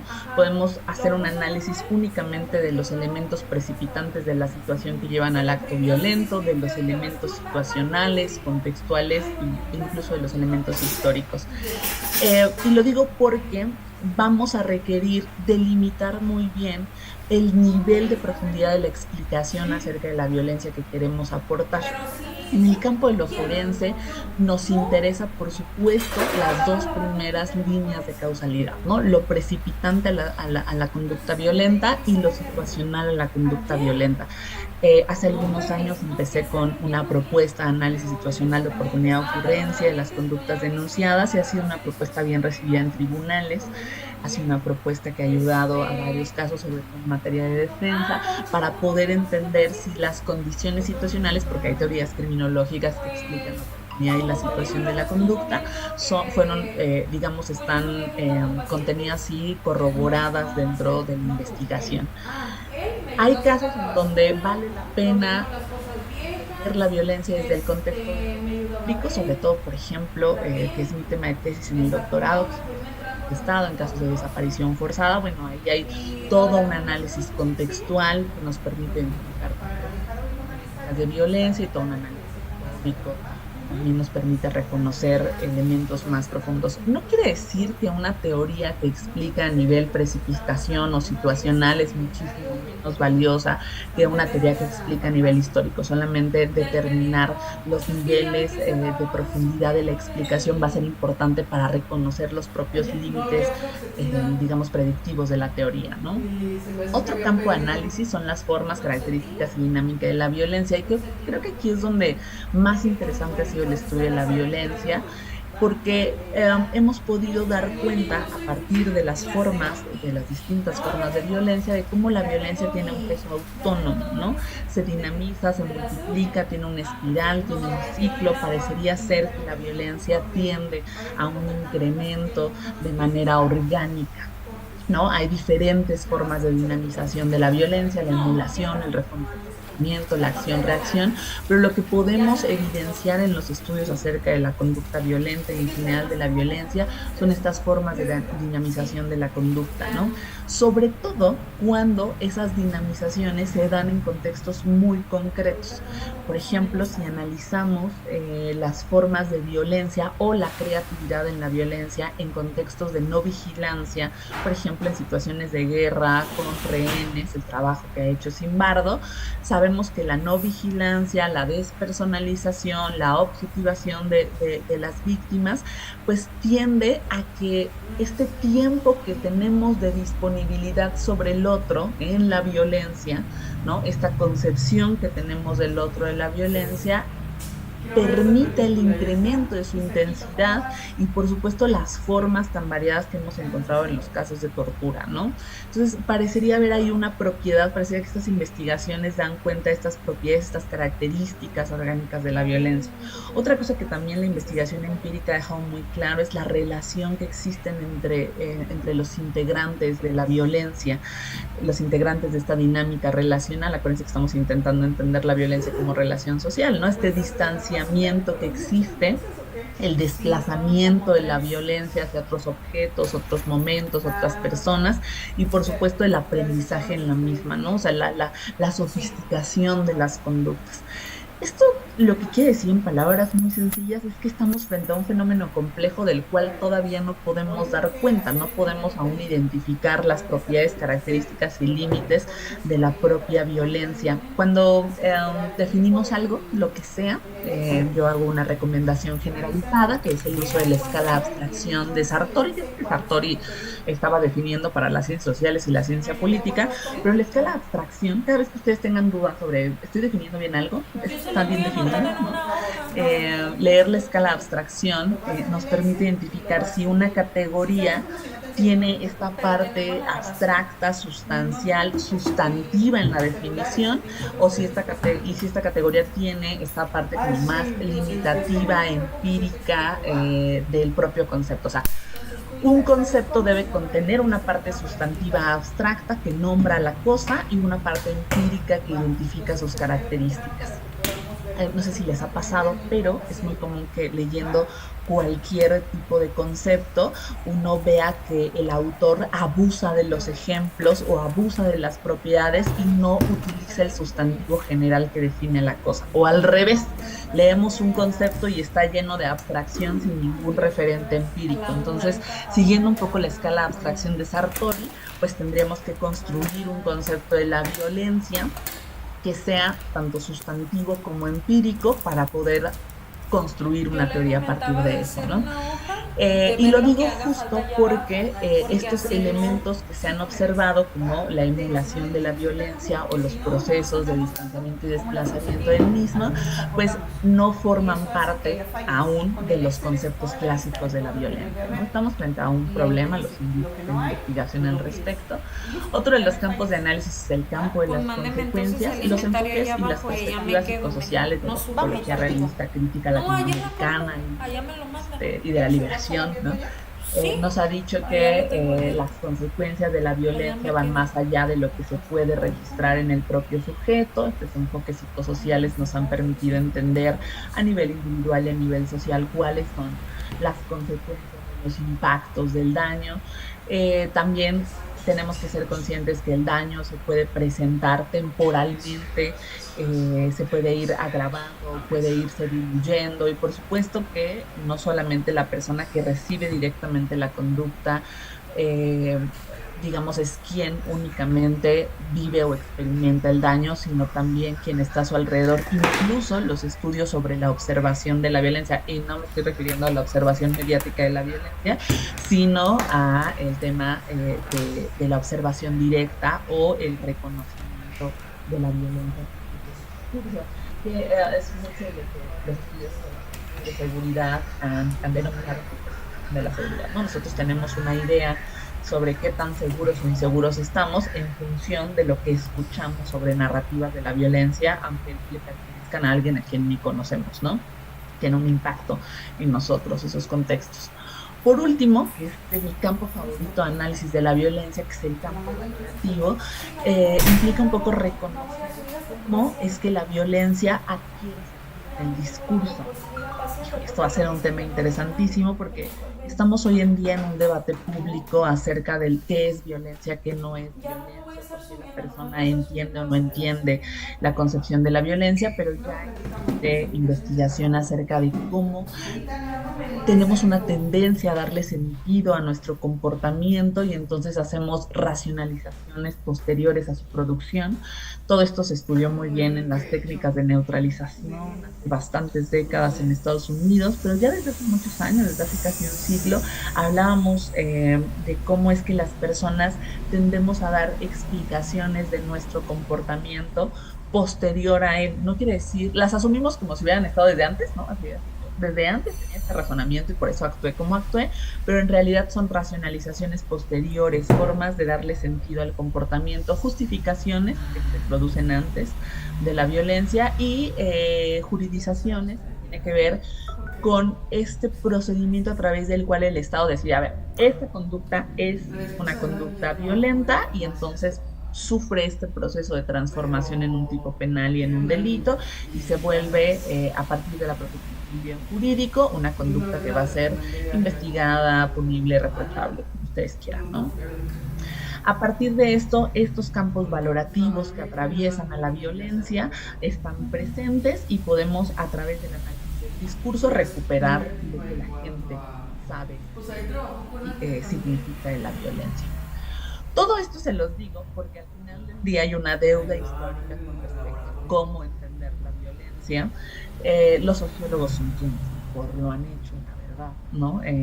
Hay varias investigaciones de la Facultad Latinoamericana de Ciencias Sociales, que lo tenía Nelson Arteaga, uno de los mejores compiladores en torno a las teorías sociales de la violencia. Y en términos sociales, para salir un poco del análisis individual, podemos saber que la violencia se ha aterrizado, Johan Galtung, no hay más, a partir de las estructuras en las que estamos insertos, ¿no? Justo, a partir de esas estructuras, hay que entenderlas como me gusta entenderlo de manera fácil, como la sociedad es como un gran gran edificio con diferentes niveles y diferentes habitaciones. Nosotros somos los actores que habitamos en ese edificio y estamos en diferentes posiciones, ¿no? En una diferente posición en la estructura económica, social y política. Estamos atravesados por esas posiciones, pero no solamente atravesados en términos de determinación, o sea, estás aquí, ¿no? En esta coordenada precisa en el edificio social, sino que esa coordenada específica determina la manera en la que actúas y determina, por supuesto, la forma en la que interpretas tu actuar y el del otro. Bajo esas circunstancias, pues el mismo proceso de victimización o la misma conducta violenta va a tener impactos diferenciales según la posición estructural en la que te encuentras. Esto le da cabida a muchísimas otras explicaciones sobre la violencia, por ejemplo, explicaciones tan magistrales como indefensión aprendida. O sea, la indefensión aprendida es propia de cierta población que se encuentra inserta en una estructura concreta. No todos somos susceptibles de indefensión aprendida. Porque tenemos justo lo que dice la investigación sobre indefensión, tenemos ciertos grados de agencia que nos permiten salir o mantenernos en los espacios de violencia, ¿no? Para Johan Galtung existen 3 niveles de análisis: la violencia directa, que todos podemos medianamente reconocer; la violencia estructural, que tiene que ver con cuestionar esta coordenada en la que estoy ubicado, caray, ¿por qué estoy yo justo en esta posición? Y la violencia simbólica, que está vinculada con el análisis del discurso, ¿no? Con estas formas en las que el propio discurso tiene efectos, que es un gran descubrimiento de la sociología. George Smith, con el interaccionismo simbólico, siendo psicólogo, intentó darles luz a los psicólogos sobre el estudio del lenguaje, nadie le hizo caso, en la sociología se volvió un hito, y entonces ahí todo el mundo le hizo caso y empezó a entender teorías como etiquetamiento, hablar sobre profecías autocumplidas, sobre el efecto del lenguaje en la construcción de la realidad, que hoy en día pues, todo el mundo habla del tema, pero estaba dicho desde antes, ¿no? En esta violencia simbólica que está atravesada, su materia prima es el lenguaje, pues el análisis criminológico y de cualquier otra disciplina es casi nulo, ¿no? La lingüística ha podido medianamente instalar algunas categorías. En el estudio de crímenes de Estado sabemos o podemos reconocer elementos del discurso que nos avisan que va a haber violencia sobre una población, porque los discursos empiezan a tomar ciertas configuraciones, ¿no? Incluso en el análisis de la violencia contra las mujeres, o de manera general en el análisis de la violencia de género, está ya identificados. Gracias. Están identificados ya algunos elementos discursivos propios que desencadenan o precipitan la violencia, ¿no? También es interesante ese estudio. Llevo toda la vida estudiando la violencia, es mi mayor obsesión, entonces he retomado muchísimas taxonomías de la violencia, muchísimas clasificaciones, debido a que siempre intento atender a las formas de concepción más claras. Es que me he dado la tarea de unir un montón de clasificaciones y darles, según yo, sentido en una taxonomía más amplia, porque de repente, sobre todo en el contenido legal, vemos que utilizan, bueno, en la ley para eliminar toda forma de violencia contra las mujeres, tienen un desastre de taxonomía de violencia, ¿no? O sea, meten la violencia simbólica con la vicaria, con la familiar, o sea, no hay un orden sobre la manera de entender la violencia, y eso a mí me pone un poco nerviosa. Entonces me he dado la tarea como de recabar esta información. He presentado este cuadro de taxonomía así como para que ustedes lo utilicen, lo sumen, ¿no? Es enunciativo más no limitativo, como dirían los abogados. Pero bueno, intenta clasificar la violencia bajo diferentes perspectivas que otros autores han realizado a partir de sus motivaciones, los canales, los medios, quiénes son los receptores, las consecuencias, la dirección que tiene esta violencia, la relación que se establece entre las partes, el contexto en el que se desarrolla, la forma en la que se organiza la violencia, la función que tiene, las justificaciones que se dan. Esta taxonomía de la violencia lo que busca es darle un poco de orden a todo lo que hemos nombrado como violencia, ¿no? Y por supuesto entender que su clasificación y su adecuada comprensión nos permitiría de nuevo teorizar y poder entenderla. Y aunque reitero y quiero hacer muy evidente que hay un proceso grave de no comprensión de la violencia, pues aún así se ha intentado hacer una evaluación del riesgo de la misma, ¿no? Ese es el problema principal. La categoría riesgo es, sin lugar a dudas, una categoría criminológica y es una categoría que reemplaza a la categoría de peligrosidad. Sí, Guadalupe sí es una taxonomía, tanto yo salí en el campo legal, aunque a veces sueno como abogada, ¿verdad? Sí, claro, la pregunta que me hacen en el chat del campo legal y más bien intento entender los procesos de la violencia. Voy a poner un ejemplo. Si nosotros pensáramos, solo para ver el uso de la taxonomía, si nosotros pensáramos en un feminicidio, pensaríamos en una motivación, vamos a poner una motivación emocional, es un feminicidio cometido en pareja, ¿no? O sea, un hombre mata a su esposa, parejas sentimental. El canal es físico, el receptor es un grupo vulnerable, la consecuencia es física para la víctima directa, va a haber otras consecuencias para las víctimas indirectas. La dirección es interpersonal, la relación tendría que ver con el proceso de significación del sujeto sobre la víctima. No es lo mismo bajo ninguna circunstancia un feminicidio en donde las personas se desconocen y hubo violencia sexual mediada que un feminicidio en el contexto de una pareja, ¿no? El contexto es la familia, la organización puede ser impulsiva o planificada, la función también puede ser instrumental o expresiva dependiendo del caso y la justificación dependerá del discurso del sujeto para poder darle sentido al comportamiento antes o después de realizarlo. Entonces, la taxonomía nos ayuda a colocar un caso sobre la mesa y poder entender todas las dimensiones que atraviesan la violencia, ¿no? Entonces, si yo digo, el feminicidio es violencia expresiva o instrumental solamente, pues estaría acotando demasiado el análisis del caso, ¿no? La función de la taxonomía es atravesar los casos por todas estas escalas de clasificación, ¿no? Esa es la idea, utilícenla, por favor. Les decía yo que en esta evaluación ya hemos problematizado la violencia, ya sabemos que es un desastre, entonces ahora vamos con un tema de riesgo. La criminología inventó un concepto en el siglo XIX que se llamó temibilidad y Garófalo lo definía como la cantidad de mal que podemos esperar de una persona. Posteriormente, ese concepto se modificó a peligrosidad y era la propensión para actuar de manera violenta o de manera delictiva o antisocial, así lo van a encontrar. Y todo lo que se hizo durante el siglo XX fue entender qué razones internas en el sujeto lo llevaban a ser peligroso.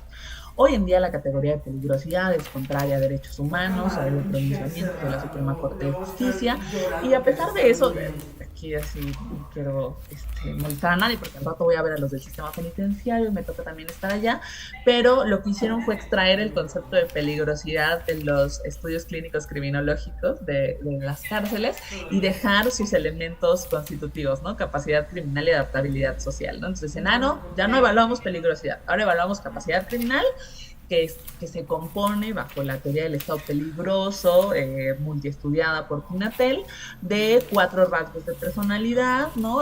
Egocentrismo en sus 3 modalidades, la habilidad afectiva, indiferencia afectiva, y bueno, digamos que estos elementos propios de la capacidad criminal y agresividad.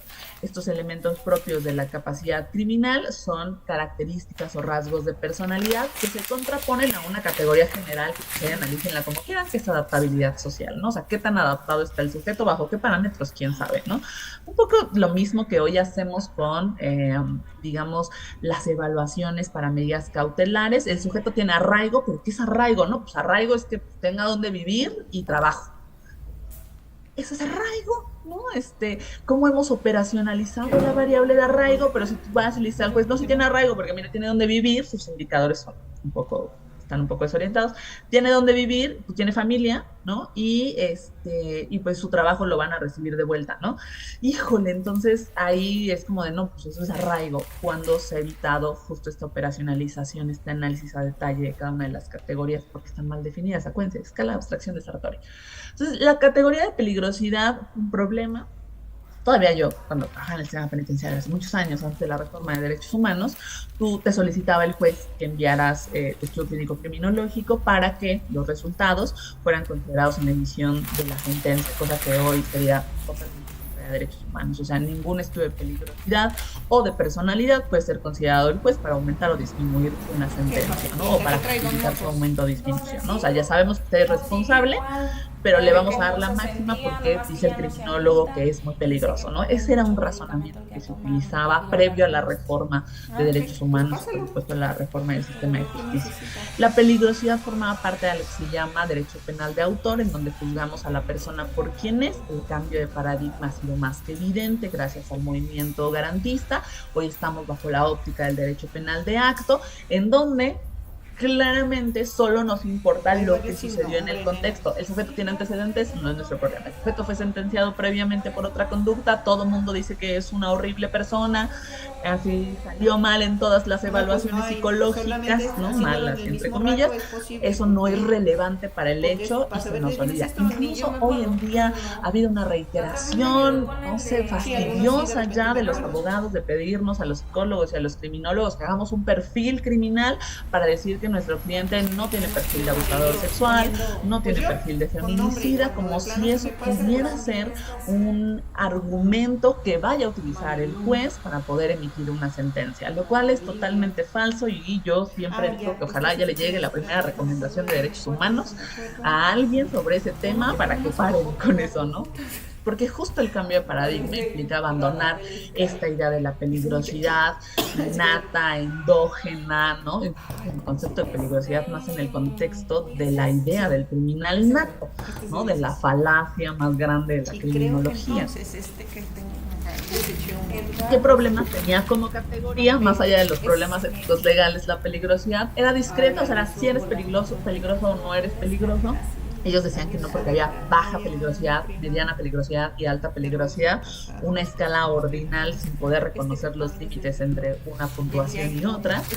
Era estática, o sea, tú diagnosticabas a alguien en peligrosidad y no era susceptible a que cambiara, porque eran rasgos de personalidad y se asumía bajo la óptica de Pinatel que ya eras así. Y era genérica, o sea, aplicaba para todos los casos. Igual eras peligroso para fraude que para delitos sexuales, ¿no?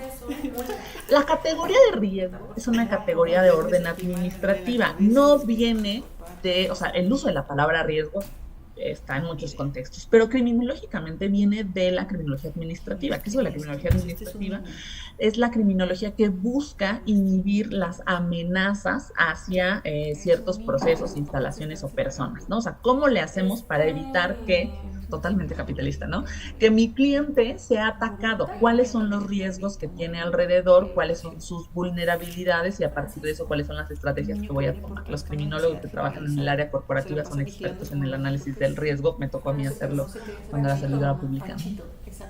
La categoría de riesgo, ya tomada por las disciplinas o por las ciencias de la conducta, nos permitió decir, bueno, el riesgo es continuo, ¿no? O sea, es decir, el riesgo tiene gradientes. Tampoco han dicho cuáles, pero ya dijeron que tiene gradientes. Es variable, o sea, puede cambiar a lo largo del tiempo y, por supuesto, es específico, no aplica para lo mismo, porque también ese es el otro.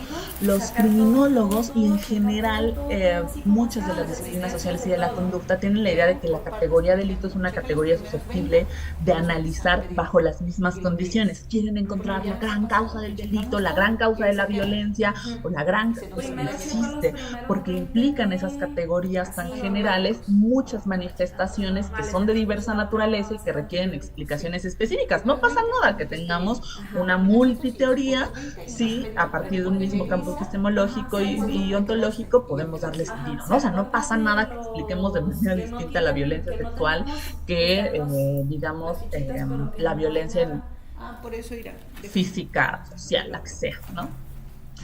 Lo que sucedió con el riesgo es que nos permitió entender la existencia de factores. Alguna vez, platicando con una amiga que se dedica al mundo de la física, me decía que, para mí fue muy clarificante y espero también sea para ustedes, es como de, hemos pasado por los paradigmas explicativos de las causas a los factores. Y él, hace muchos años, ¿no? Ya hay una jovencilla, dijo, van a pasar algún día las dimensiones, que es el siguiente análisis, ¿no? Digamos, en el ámbito de la física, y algún día pasarán a las explicaciones de vectores, ¿no? Explicar que hay una causa es explicar que hay un antecedente que puedo relacionar. Explicar que hay un factor es explicar que hay un antecedente que tuvo una relación directa. Explicar a través de las dimensiones implica que ese antecedente actúa de manera diferencial según el caso. Y analizar a partir de vectores sería explicitar la fuerza con la que produjo un caso. No sé si soy clara, pero es decir, estamos en este paso de paradigmas de ver qué tanto podemos darle sentido a nuestras explicaciones. Las explicaciones causales son sencillas, las explicaciones vectoriales son complejas y las explicaciones no llegamos a eso, ¿no?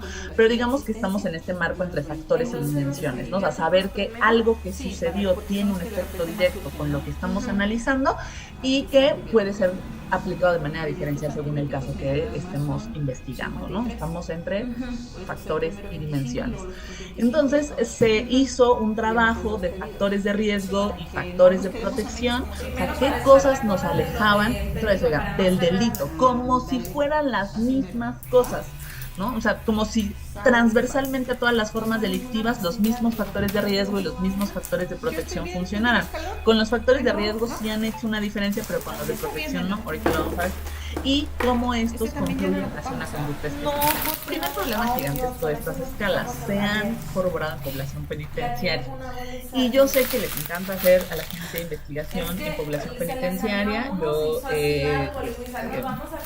digamos, nunca he sido partícipe de esas investigaciones, pero he visto los procedimientos incluso de estandarización de pruebas en población penitenciaria, y aquí me va a salir lo criminóloga crítica, pero hay un sesgo gigantesco en la población penitenciaria. Y ustedes van a decir, claro, Claudia, pues no detienen a todos los delincuentes. No, no solamente eso, sino que el proceso de criminalización secundaria está determinado por estructuras sociales. Es un proceso de violencia estructural hacia las personas privadas de libertad. No estoy diciendo que no sean responsables de las conductas que se les atribuyen, o que, como en ciertos potencialistas digan, la mayoría de la gente no estoy diciendo eso. Estoy diciendo que de todas las personas que cometemos delitos, solamente una parte es criminalizada, pero esa parte criminalizada atiende a cierta posición en este edificio social de mayor vulnerabilidad social. Por lo tanto, los elementos que encuentres en esa población son más representativos de condiciones de vulnerabilidad que de los propios procesos criminogénicos, ¿no? Esa es la verdad. Entonces, ese sesgo no solamente es ingenuo, sino que no devela la población entera, porque aparte, aquellas personas que tienen, a partir de la posición estructural que ocupan, una mayor capacidad de daño, no van a pisar las cárceles. No, jamás. Cuando salí del sistema penitenciario, decía mi jefe, el doctor José Luis Osnaya, decía, que pues está a cargo de la investigación en el sistema penitenciario de la Ciudad de México, me decía, ¿tú quieres, con la criminología crítica, quitar todas esas entrevistas que no te son interesantes? O sea, tú eres una criminóloga clínica de closet, ¿no? O sea, tú quieres seguir trabajando en cárceles y hacer entrevistas interesantes, pero para eso quieres acabar con el proceso de criminalización por vulnerabilidad, para que dejes de entrevistar lo mismo. Porque si alguien ha trabajado en el sistema penitenciario, y lo comentaba alguien en la conferencia pasada, siempre es lo mismo, siempre es lo mismo, es la misma trágica y dolorosa historia social, ¿no? Es la misma, ¿no? O sea, ya te cansas de escribir lo mismo en el estudio clínico criminológico, que por cierto es una belleza ecléctica sin sentido, preciosa, ¿no? Este cambio de paradigma no implica una propuesta, implica una obligación, y por supuesto, sobre todo el abandono en la categoría peligrosidad, aunque si ustedes revisan el artículo 168, 169, 170 del Código Nacional de Procedimientos Penales, que retoma justamente estos elementos para la valoración de las medidas cautelares, que hoy en día, bueno, es el campo laboral más grande para los criminólogos y los psicólogos de la defensa, porque aparte de las medidas cautelares, su evaluación a nivel gubernamental, no sé si hayan visto una valoración de riesgo procesal hecha por gobierno, es una locura, no tienen ni siquiera como un perfil idóneo para ver quién la hace, valoran cosas bien raras. En la defensa se está sofisticando, lo están haciendo psicólogos y criminólogos, y lo que se está haciendo es justo retomar esas categorías jurídicas e intentar medianamente acomodarlas con los protocolos que tenemos. Pero en esas categorías se habla de peligro. Peligro de sustracción, peligro. ¿Por qué? Y esto es algo que acabo de aprender hace poco en mi investigación. y es que esos elementos del 168, 169 y 170 provienen de investigaciones sobre peligrosidad en Estados Unidos de la década de los 80, que se asumieron como transversales para todo el mundo y nadie las ha cuestionado, como que lo pusieron en el código y todos dijimos, pues si alguien lo puso es porque está bien, o sea, ¿quién se le ocurrió? Pero se mantiene la categoría de peligrosidad contra derechos humanos y se ponen ahí como así lluvia de ideas, ya me imagino como el proceso de diseño de la ley, lluvia de ideas, ¿qué valoramos? ¿No? A ver, aquí encontraron un artículo de 1982 en Estados Unidos en donde alguien dice que estos son los peligros procesales, ¿no? Así se hizo, o eso supongo, ¿no? Por lo que vemos. En este nuevo análisis de dimensiones de riesgo y protección, tenemos una dimensión, ¿qué quiere decir una dimensión? Un elemento o una variable que se evalúa en función del riesgo que representa o de la protección que representa. ¿De qué depende? Del caso concreto, ¿no? Es aquí nuestro anclaje clínico. Este riesgo o este factor, que son los dos integrantes de la dimensión, puede ser dinámico, susceptible de cambio o estático. Ya forma parte de la historia del sujeto y no lo podemos cambiar. Esto es lo que se ha hecho a partir de la convergencia criminología-psicología, ¿no? Obviamente, lo que se ha tenido en cuenta en los estudios sesgados en sistema penitenciario es que los factores dinámicos tienen un bajo grado de predicción acerca del comportamiento futuro del sujeto, pero sí son muy relevantes en cuanto a cómo está funcionando el sujeto actualmente, mientras que los factores estáticos tienen un alto grado de predicción, aunque no nos explican concretamente cómo está hoy el funcionamiento del sujeto, ¿no? Entonces, sobre esta dinámica, este modelito de factores sobre lo que se está trabajando. Se pueden hacer análisis de caso único, que es lo que se hace en México, se aplica todo este modelo de riesgo hacia una persona y se ha hecho muy poco acerca de datos grupales, desde una perspectiva más nomotética, ¿no? En donde podamos como analizar cuáles son las características de nuestra propia población. Recuerden, como sesgo penitenciario, ¿no? Hay algunos principios que ha aportado la criminología y el modelo de triple riesgo delictivo de Redondo y Yesca sobre cómo entender esto de los riesgos, ¿no? O sea, por ejemplo, algunos básicos, obvios, ¿no? Las personas que tienen más riesgos experimentan mayor vulnerabilidad. Wow, ¿no? La presencia de ciertos factores de riesgo hará más probable que estos riesgos confluyan, ¿no? Y la confluencia de riesgos de distinta naturaleza, y aquí es donde quiero que pongan mucha atención, ¿no? La confluencia de riesgos de distinta naturaleza, cuál es la naturaleza de los riesgos, o sea, de dónde vienen, más la exposición a oportunidades, es lo que determina que se materialice una conducta, ¿no? Entonces, mayor vulnerabilidad, mayores riesgos, mayor probabilidad del delito. Aunque la predicción delictiva, la verdad es que toda teoría explicativa tiene o tendría que tener la función de predecir el comportamiento que está explicando. No se ha podido, esa es la verdad, no se ha podido. Hay otros principios que hemos robado de la perfilación decente, ¿no? No hay de la interpretación casi quiromancia que hacen algunos perfiladores en América Latina, no solo en México. No tenemos una gran tradición de análisis estadístico en nuestro país, lo que ha imposibilitado el estudio de los perfiles, y aún en los países en donde se ha desarrollado el estudio estadístico de los perfiles delictivos, otra vez el sesgo penitenciario siempre nos va a afectar, ¿no?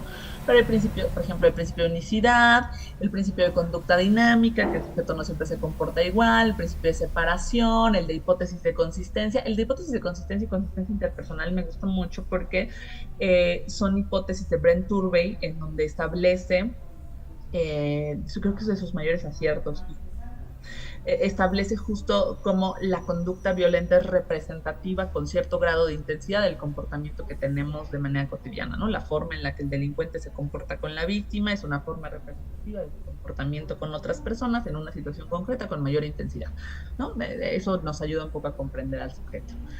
¿Qué tenemos de disponible para hacer la evaluación del riesgo? Los instrumentos SAPROF, ¿no? Para la evaluación de factores de protección, que según los manuales es indispensable, y por supuesto los manuales para valoración de riesgo de violencia. Y aquí lo que quiero, no solamente seguro muchos de ustedes ya lo conocen, el RSVP para violencia sexual, el FARA para temas de riesgo de violencia contra la pareja, y bueno, solo son los representativos y los de mayor uso en México, pero en realidad hay muchísimos instrumentos para la evaluación enfocados en ciertas formas de violencia muy concretas que han sido interesantes, que han sido hechos con población penitenciaria, con sujetos que han cometido los hechos. Lo que se hace de manera cotidiana es recabar la información a través de la entrevista. No son psicometría, eso es importante decirlo, es una lista de ítems. El procedimiento es: tú tienes el ítem y construyes la entrevista para poder, digamos, encontrar evidencia del ítem. Pero otra vez, cuando ustedes abren uno de estos manuales y ven cómo se está definiendo cualquiera de los factores establecidos, se dan cuenta del problema en la definición. Otra vez está la abstracción de Sartori y cómo abundan los ejemplos. Hay problemas para recurrir a definiciones concretas que operacionalicen el concepto y nos permitan evaluarlo de manera concreta. Si eso ya estuviera hecho, ya tendríamos psicometría al respecto, ¿no? Pero no se ha podido hacer. Entonces, recabas la información a través de tu entrevista. Ahí está la entrevista, ves si están presentes los factores relevantes, como pues, a juicio estructurado de quien está evaluando, formulas el caso, ves los escenarios de riesgo, si va a ser importante, haces una propuesta de gestión y das tus conclusiones. Eso es todo lo que haces con los instrumentos. ¿Cuál es el problema de los instrumentos? Que abusan de los factores psicológicos y sobre todo que son como retroalimentación, como que se citan a sí mismos, como que todos son cuates, entonces dicen, para evaluar esto, evaluar primero el otro, ¿no? Hay todo un negocio. Por ejemplo, en el SACPRO hagamos un análisis de qué son los factores de protección, siempre se tiene como que en la evaluación contrastar el riesgo con la protección, y entonces te dice, bueno, los factores de protección se clasifican en internos, motivacionales y externos, ¿no? Y vean, te dicen, a ver, evalúa la inteligencia, el apego seguro, un apego seguro en la infancia, empatía, capacidad de enfrentar dificultades, autocontrol, como quieras, a buen ojo clínico, ¿no? Algún instrumento terciarizado, en el caso de los criminólogos, algún reporte psicológico que ya haya evaluado, todos estos elementos propios del sujeto, ¿no? Después en los motivaciones, ¿no? Te dicen, evalúa si tiene trabajo, si tiene actividades de ocio, que también gestiona su dinero, si tiene motivaciones muy concretas, actitudes hacia la autoridad, objetivos vitales y si está medicado. Una clara criminalización, condiciones de medicación, ¿no? Imagínense, o sea, evalúense a ustedes mismos qué tanto tendrían, qué tantos factores de protección tendrían, ¿no? Y en los ítems externos, así como de, bueno, ya para acabar, pues pregunta si tiene redes sociales, no me refiero a Instagram o Facebook, pero si tiene amigos, familia, gente con la cual habla, relaciones íntimas, si tiene dentro de sus núcleos sociales alguien que sea psicólogo, como si eso sirviera, ¿no? Todos los que estamos en el área de la salud o hemos estado, pues servimos de poco cuando alguien nos quiere preguntar. Somos muy buenos psicólogos cuando hay que dar un análisis de algo más, pero cuando tienes una relación y opinas desde tu campo de saber, nadie te hace caso. Condiciones de convivencia y control externo. ¿Qué estoy viendo en los factores de protección? Hay una tendencia del SAPROF, debo decir, aquí voy a hacer un paréntesis, por supuesto que he utilizado estos instrumentos y por supuesto que he dictaminado con ellos y justo en este proceso he encontrado estas deficiencias que quiero hacer explícitas para abrir campos de investigación. El problema con la valoración de los factores de protección es que atienden de manera generalizada a elementos psicológicos, están operacionalizados de forma deficiente y dejan a juicio del evaluador cómo medir, evaluar o conseguir evidencia acumulativa para poder sostener la presencia o no presencia y la relevancia o no relevancia. Pensemos en alguien que evaluamos a través del SAPROF, que tiene una inteligencia por encima del promedio, un apego seguro con alguno de sus padres, capacidad para enfrentar dificultades, autocontrol, tiene un trabajo estable, gestiona bien su dinero, una actitud hacia la autoridad, digamos, bastante adecuada, va con su psiquiatra, se toma su medicamento para la ansiedad, sus redes sociales están presentes, claramente se dedica al lavado de dinero, tiene una empresa, mantiene personas, o sea, ya los factores de protección se convirtieron en elementos propios de factores de riesgo para la comisión de cierta conducta, y es lo que no estamos notando en los instrumentos. Si analizamos el contenido del HCR20, la guía para riesgo de comportamientos violentos en general, que principalmente tiene que ver con violencia física, esa es la verdad, vamos a ver los factores históricos, que aquí, acuérdense Acuérdense que la medida cautelar es el único espacio del sistema de justicia en donde se permite hablar del sujeto, ¿no? Porque al final es una decisión sobre el sujeto, va a pasar el proceso en prisión preventiva justificada o lo podemos mandar a su casita con un brazalete, que venga a firmar o que esté, ¿no? Entonces aquí sí podemos hablar del sujeto, aquí sí va a ser importante. Por esto estas valoraciones no se pueden presentar como prueba de la comisión de un hecho. Los propios instrumentos lo dicen. Yo no puedo presentar una valoración de riesgo de violencia como un argumento a favor de mi cliente que está acusado de un abuso sexual. No hay manera, ¿vale? O sea, el juez tendría que descartar totalmente eso. Pero bueno, regreso porque aquí te dicen los antecedentes. ¿Ha tenido problemas de violencia? ¿Cuáles? Pues problemas de violencia, riñas, conflictos, ¿no?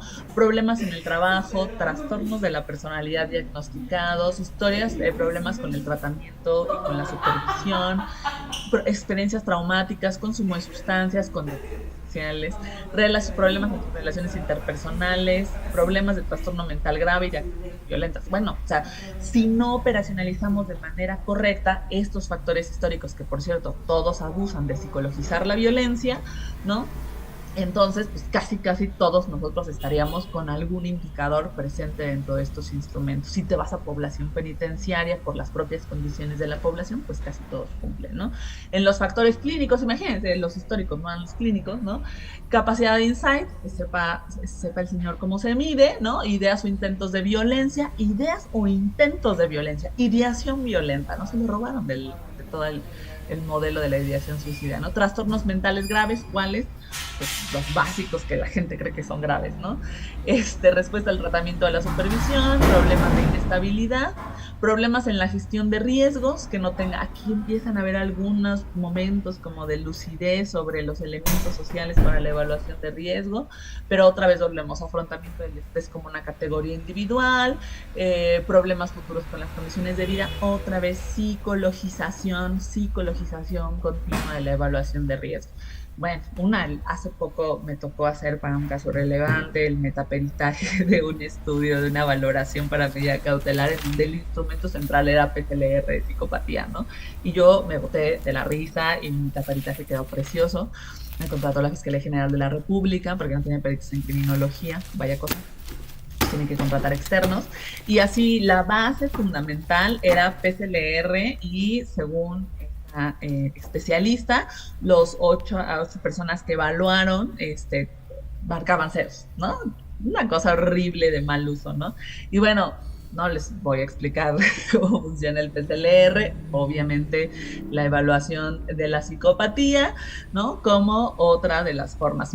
Algunas escalas de valoración de riesgo te solicitan la puntuación en PCLR, ¿no?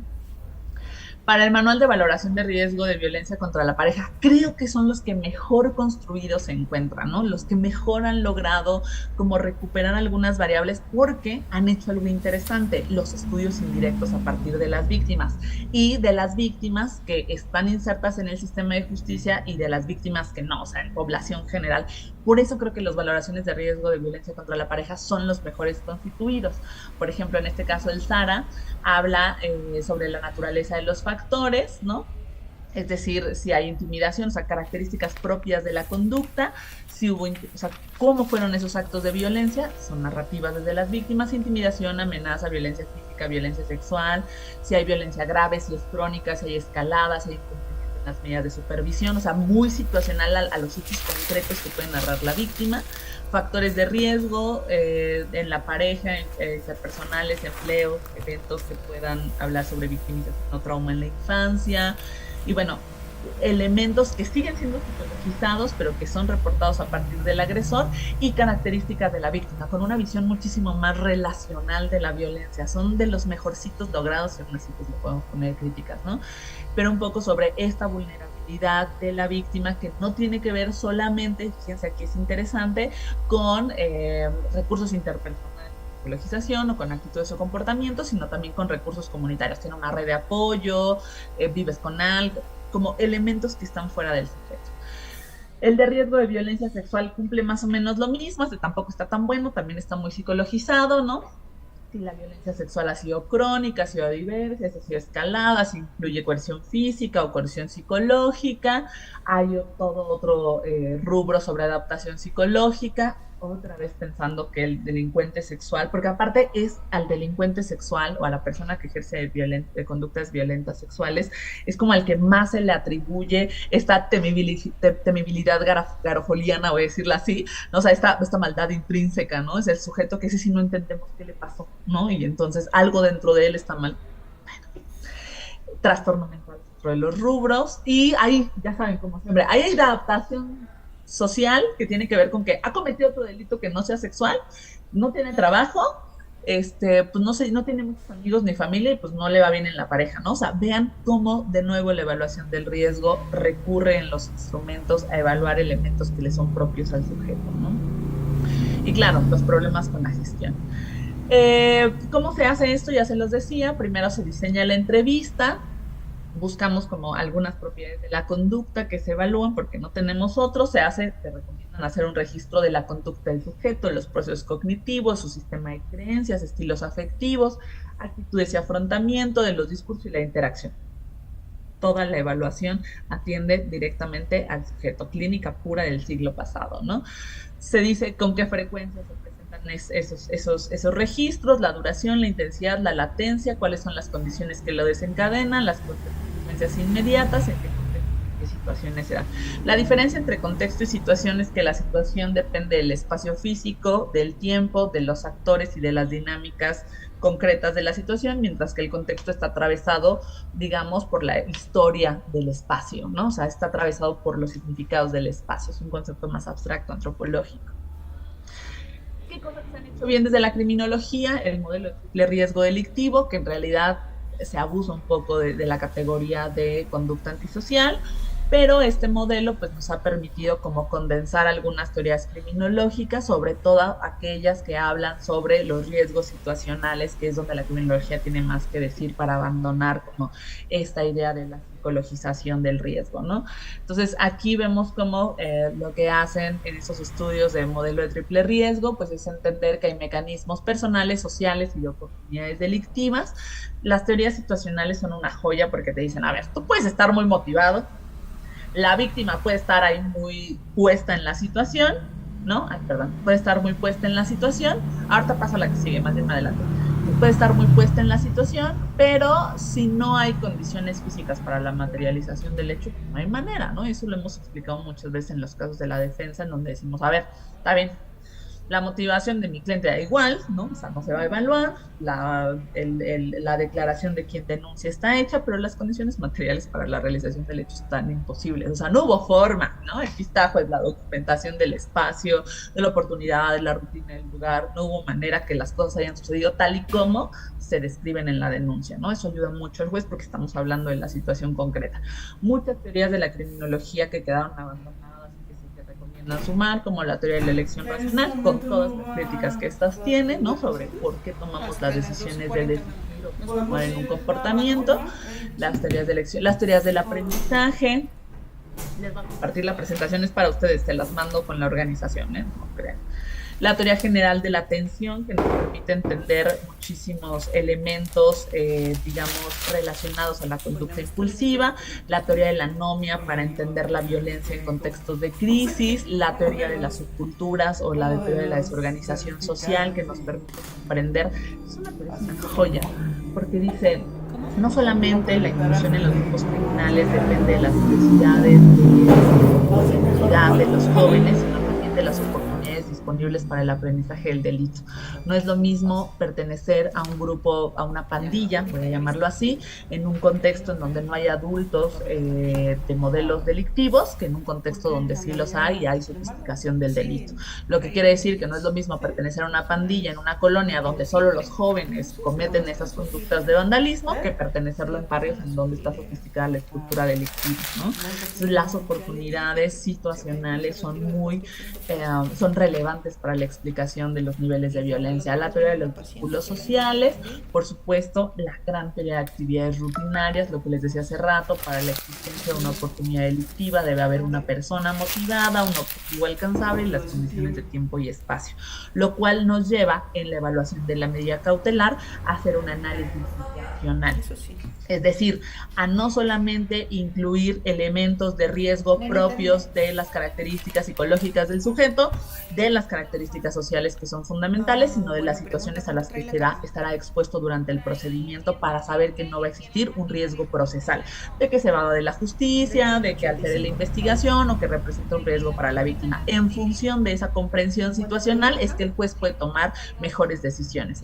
Es decir, evitamos el uso generalizado de la prisión preventiva, de la prisión preventiva, atendemos a las recomendaciones internacionales de no prisión preventiva oficiosa, mandamos el sujeto de regreso a su casa, evitamos la contaminación penitenciaria y establecemos medidas de seguridad para la víctima acordes a las condiciones de riesgo situacional. Lo que estamos proponiendo desde la criminología es, si bien es cierto, los instrumentos de evaluación de riesgos psicologizados son útiles para evaluar una de las fuentes de riesgos, se están olvidando los riesgos sociales que implican las redes de apoyo, que implican los vínculos sociales, las capacidades del sujeto y, por supuesto, los riesgos situacionales a los que va a estar expuesto.